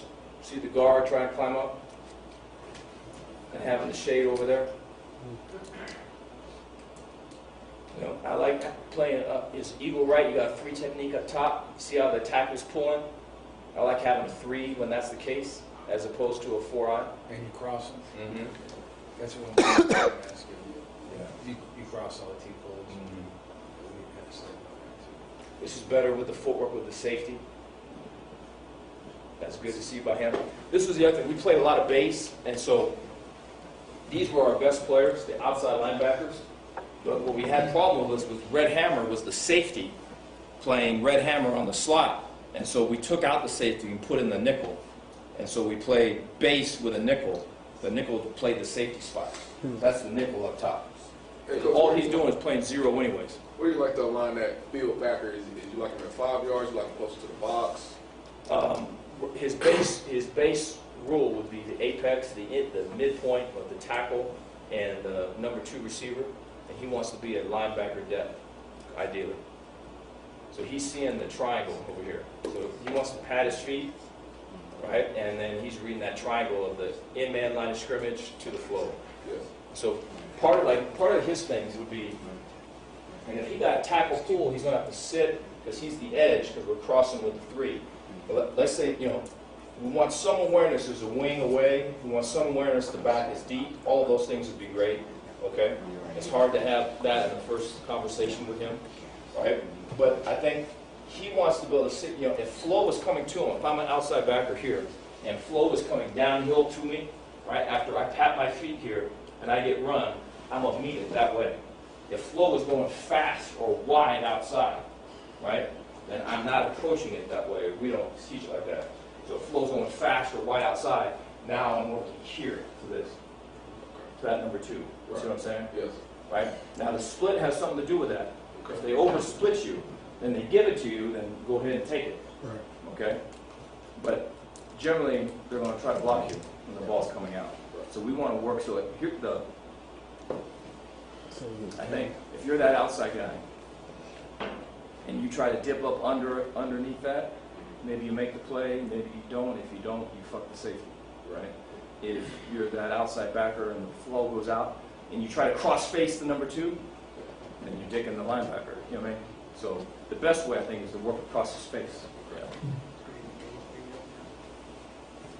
If they check They- in, assuming he go +1. What's that? If they check bang, that outside line. It'll be 1 by 5. 1 by 5. Yeah. So we're gonna do Nate on a full stomach, right? Dave, Yes. Afterwards? Coach Aranda. Yes. You said the outside back, no two, Yeah. him out, he can cross that bar. You go right across, you go right through his face. Yeah, so yes, he's going to cross it. He'll go right through his face. Okay. Yeah, so if this is the number 2 receiver coming right here, he wants to go right through here. Okay. Yeah, we don't want to just, because the thing, this is always a good conversation. I think that at the end of the argument, the safety's position to make him right. That would be my qualifier, okay? But here's the thing, that all of this is happening way over there. You got me? All the run, the action that he's seeing is happening way over there. You guys see what I mean? And so if the run is going sideways and this dude just jumps outside, what is he going to see? Right? If the run is sideways and this guy just jumps straight in and we get pinned, what is he going to see? So what we want to be able to do is get the gray, get the friction. You know what I mean? And so a lot of times if that's coming and he's working this way, and especially, let me say this, if it's a linebacker, we get it. If it's a nickel, it's a little bit harder proposition. Okay? But if it's a linebacker, I can get enough of this where that thing can fall back, much like a 4-eye would, and fall back on it. Like a primary, secondary. Yeah. Yeah. But it all goes down to, hey man, it's happening over here.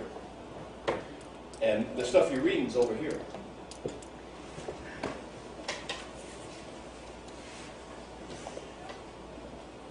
All right.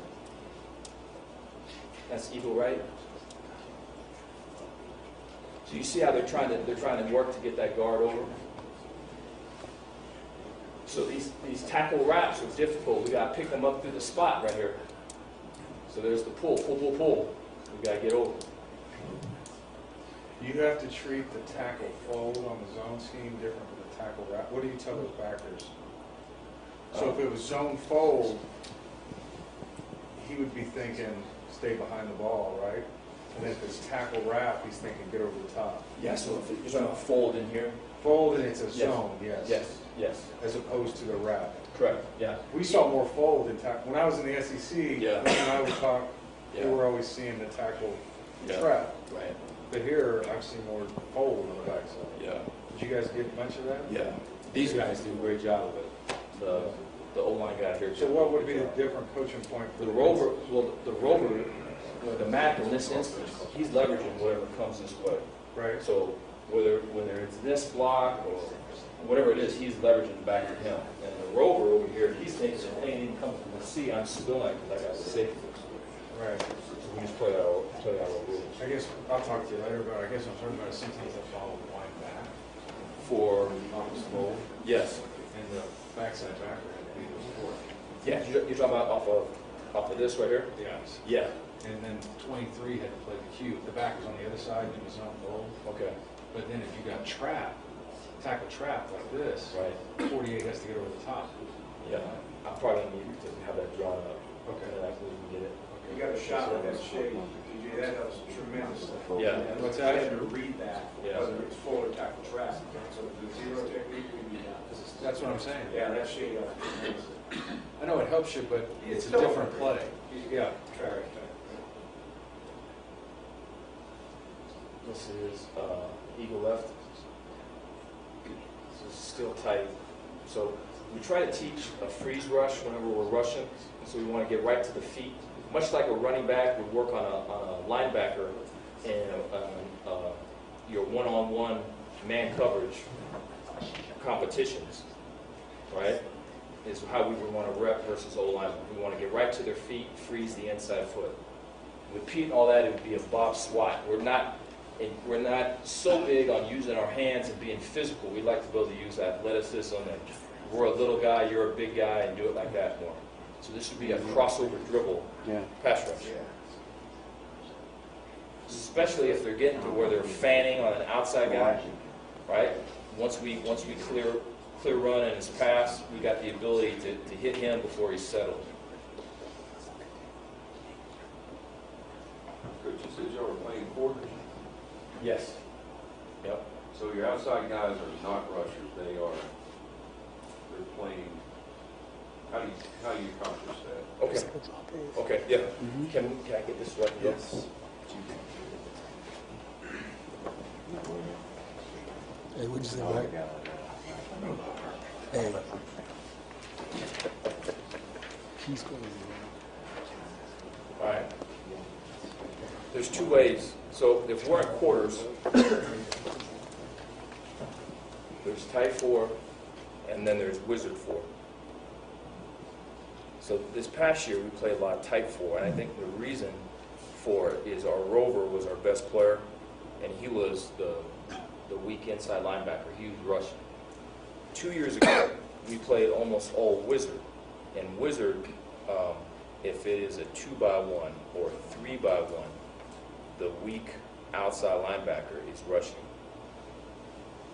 If it's 2-by-2, we're just playing tight. And so we did 2 years ago. We played a lot of wizard because our best player was that guy right there. Okay. Now I think as an overall though, if I'm unsettled throughout the week of watching people and stuff's going this way, and stuff's going that way, and stuff's coming this way, but it's going that way at the same time, if it's like that, I like tight. Because I like having the edges, and I like having the guys inside that can fit off of it, right? If the offense is more like this, I like tight. If the offense is more like this, I like wizard. You know what I mean? Because I like the B rushing, because there's pass rush. So like, what does this mean? This means screens. This means Zorros, power reads. This means rail floods, right? This means speed options, fly sweeps. You guys see what I'm saying? I like tight. But if they're more of a, hey, this is, what was it, like a true 11 personnel, there's the tight end, there's the 2 receivers, and we're in tray, and the tight end ain't moving, and the quarterback, this, I like wizard. You know what I mean? Because the rush is better, okay? And then, if it's true just traditional run game and there's not occupied with flies and all this other stuff that's changing strength and changing this and changing that, I like wizard. But the more moving parts, I like tight. Because tight there's not a lot of moving parts to it. We may be at fault of creating it, you know what I mean? Creating something. So let's talk about that a little bit more. So like, if we're just playing tight, so let's say this is tight right here.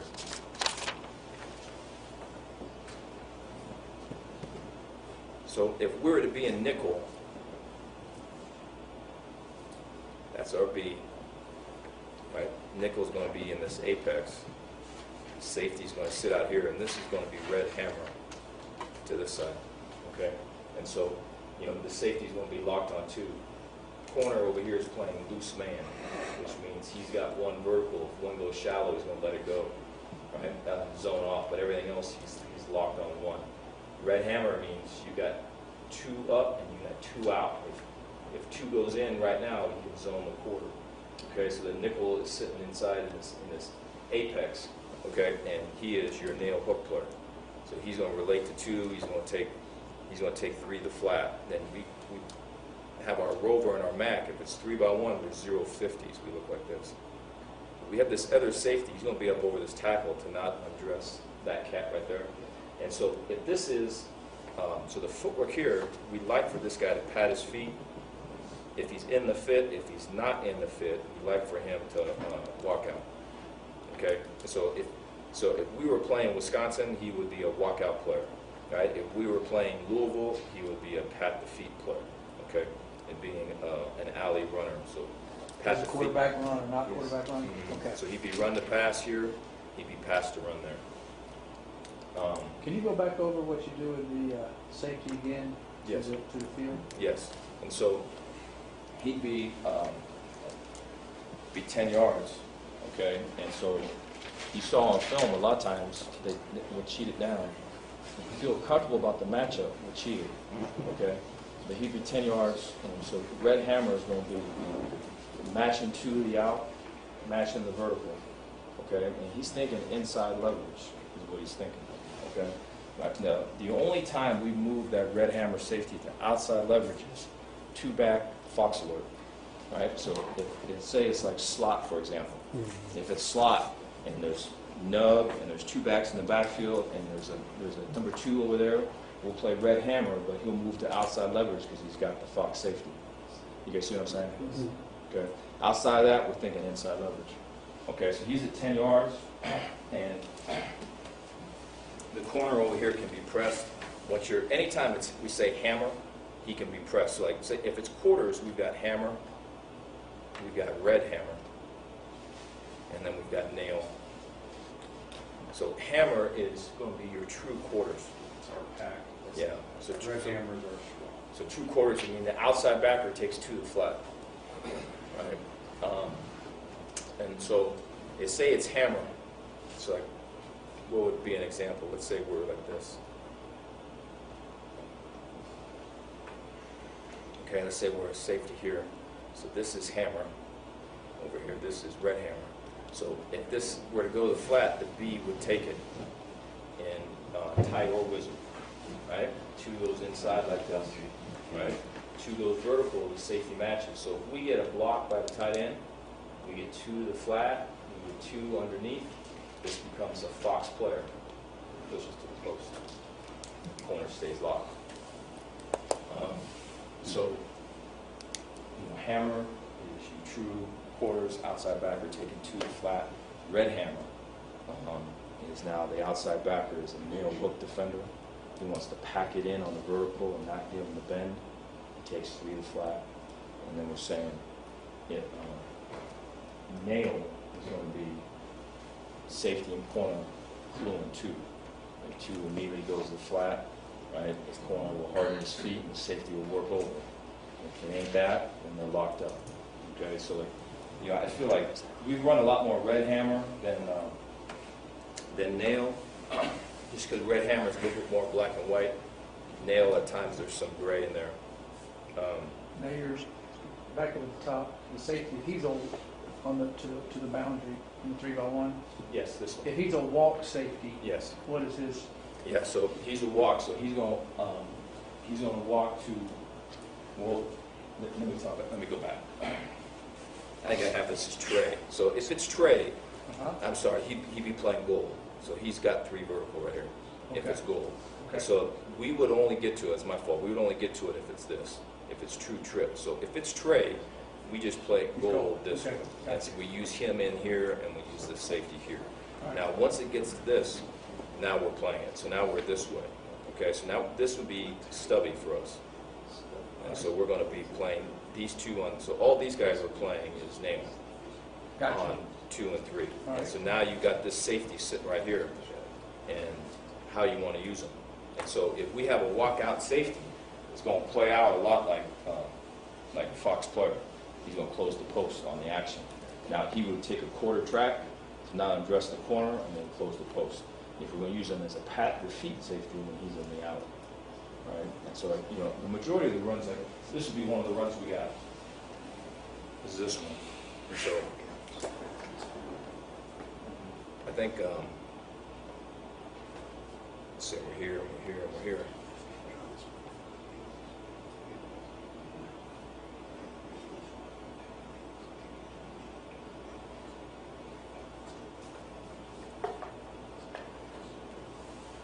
Get something like that. We get quarterback power right that way. So we use this guy. So we look like that. That's the 5th. We're playing that.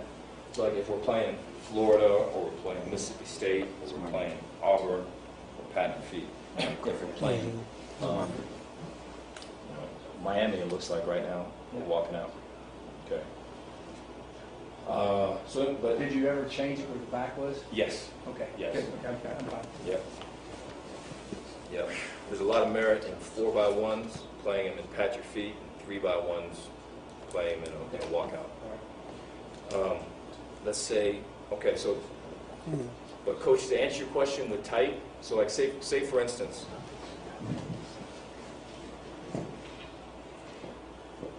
so having this guy out here, right, is helpful for the edge stuff that we see right here. As this goes and the safety's going to come on over and play red hammer, right? it's helpful that he's always dropping. The rover's always rushing. He rushes just on the true pass. And so, like say for instance, right, if I'm the rover and there's a run action, taking my attack steps, right? If it's an RPO, it's a 3-man rush. You know what I mean? Right? And say I pop my feet and it's pass. If it's 3-step, we got to ID what is 3-step. We got to make sure that's a thing. You know what I mean? And there's video of it and we've repped it. We want them to be flat. Right? So if it's a slant over there to the twins, right? This nickel over here, he's not squeezing 2, he's pushing the 1. The Max pushing the 2. You know what I mean? Right? And so there's that, right? And then obviously you got your draws and everything else that you got to clear. Okay. Once that's cleared, so now we get the rush of the rover.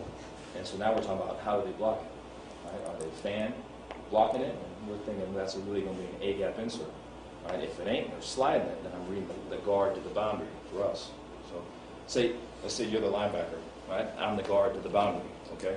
And so there's a B right here, right? And so, yeah, I mean, towards the end, you know, it is so encouraging when the players are saying shit that you say.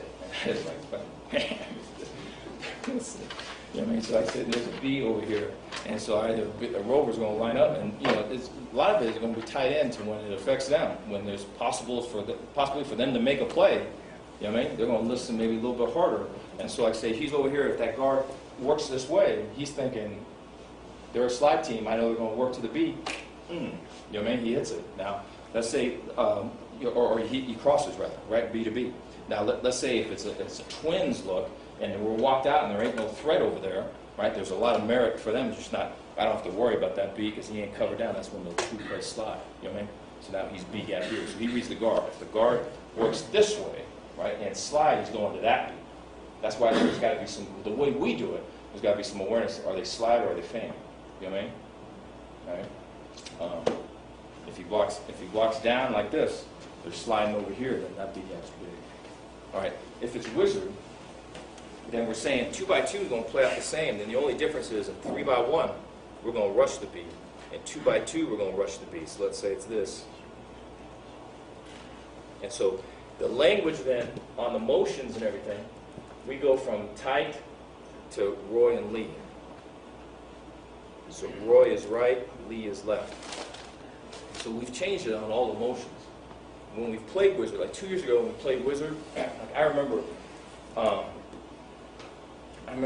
sitting up in the office and everything and detailing everything, and I'm going, you know what, I'm nervous about them. Because at Wisconsin, it was the same thing, to be honest. The same thing happened. I'm nervous about them making the change, you know? So I'm thinking, hey man, if it's really quick, let's just play it and we'll just make it work and all that. With the, you know, if it's Roy and the motions to a tight, let's just play it and we'll survive, we'll be good. Well, when we get to the practice and everything, the kids are saying Roy to tight to Lee.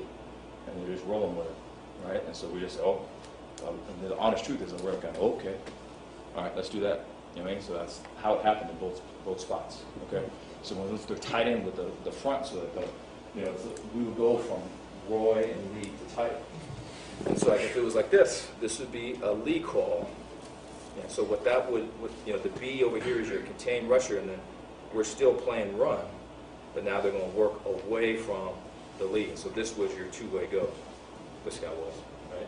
And then this was your contained play, okay? Your nose over here would work to balance the rush, right? So we work like that. Okay, but this gave you the ability to get some rush at the snap. And then the other thing you could do off of that when you're running Wizard is run pop. And so now pop would just be, because you're going to get the fan, right? Whether they are sliding it or fanning it, right? You're going to get a fan over here. So you're going to get that. And so it's best when it's fan dual, because we're saying he's one-on-one and it's two-on-two over here. So now what you're getting is, hey, if you get a fan set to you, come underneath. Right? He pushes up, he's contained. If you get a down block, right? If the tackle block down on the end would work in the B gap, and the B would stay outside. But if you got a fan, you would exchange it.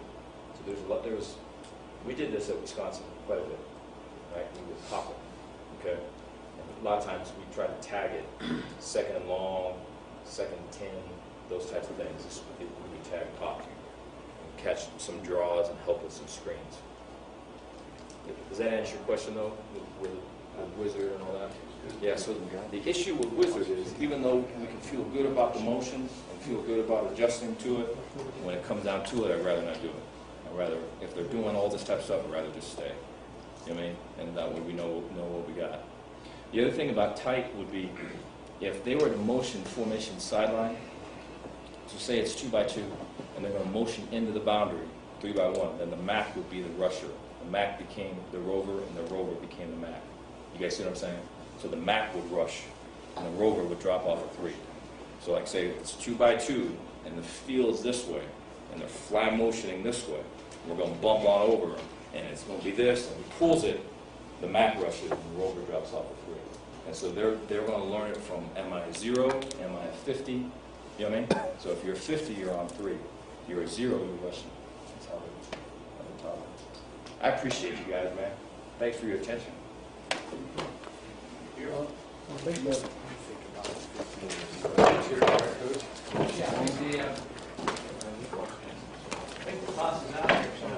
All us over 50 get to go first. Yeah. Hey guys, the food's ready. We just come out here and grab it. You can just come back in here. There's, sit down and eat, and then we'll start after everybody's done. And Coach Woody, do you have, right? I think they were going to switch. You guys were switching, right? Isn't Brown, aren't you going first? Say it again, Are sorry. you talking on red zone today? Yes. Y'all are switching, right? Yes. Isn't that what y'all said? You're going to talk red zone today because you're going to be here tomorrow. Correct.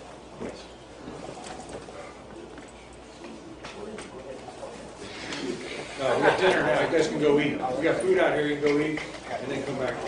More strong. I like that safety pattern. You know, more strong. You can be a runner up there. You guys necessarily have to line up over there, I guess. Yeah, he's tracing. He's tracing. It's like 3 to fit in where you can post it. I like how they cover 4 too. They're getting post help. Yeah. To the backside. You know what I'm saying? When they walk out of it too. Yeah. I think that's cool too. I think.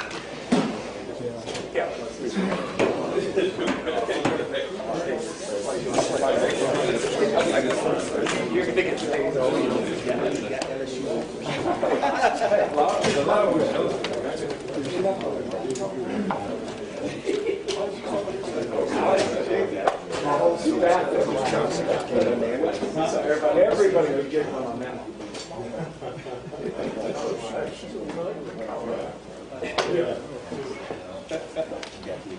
Usually goes. That's the difference. Yeah. Yeah.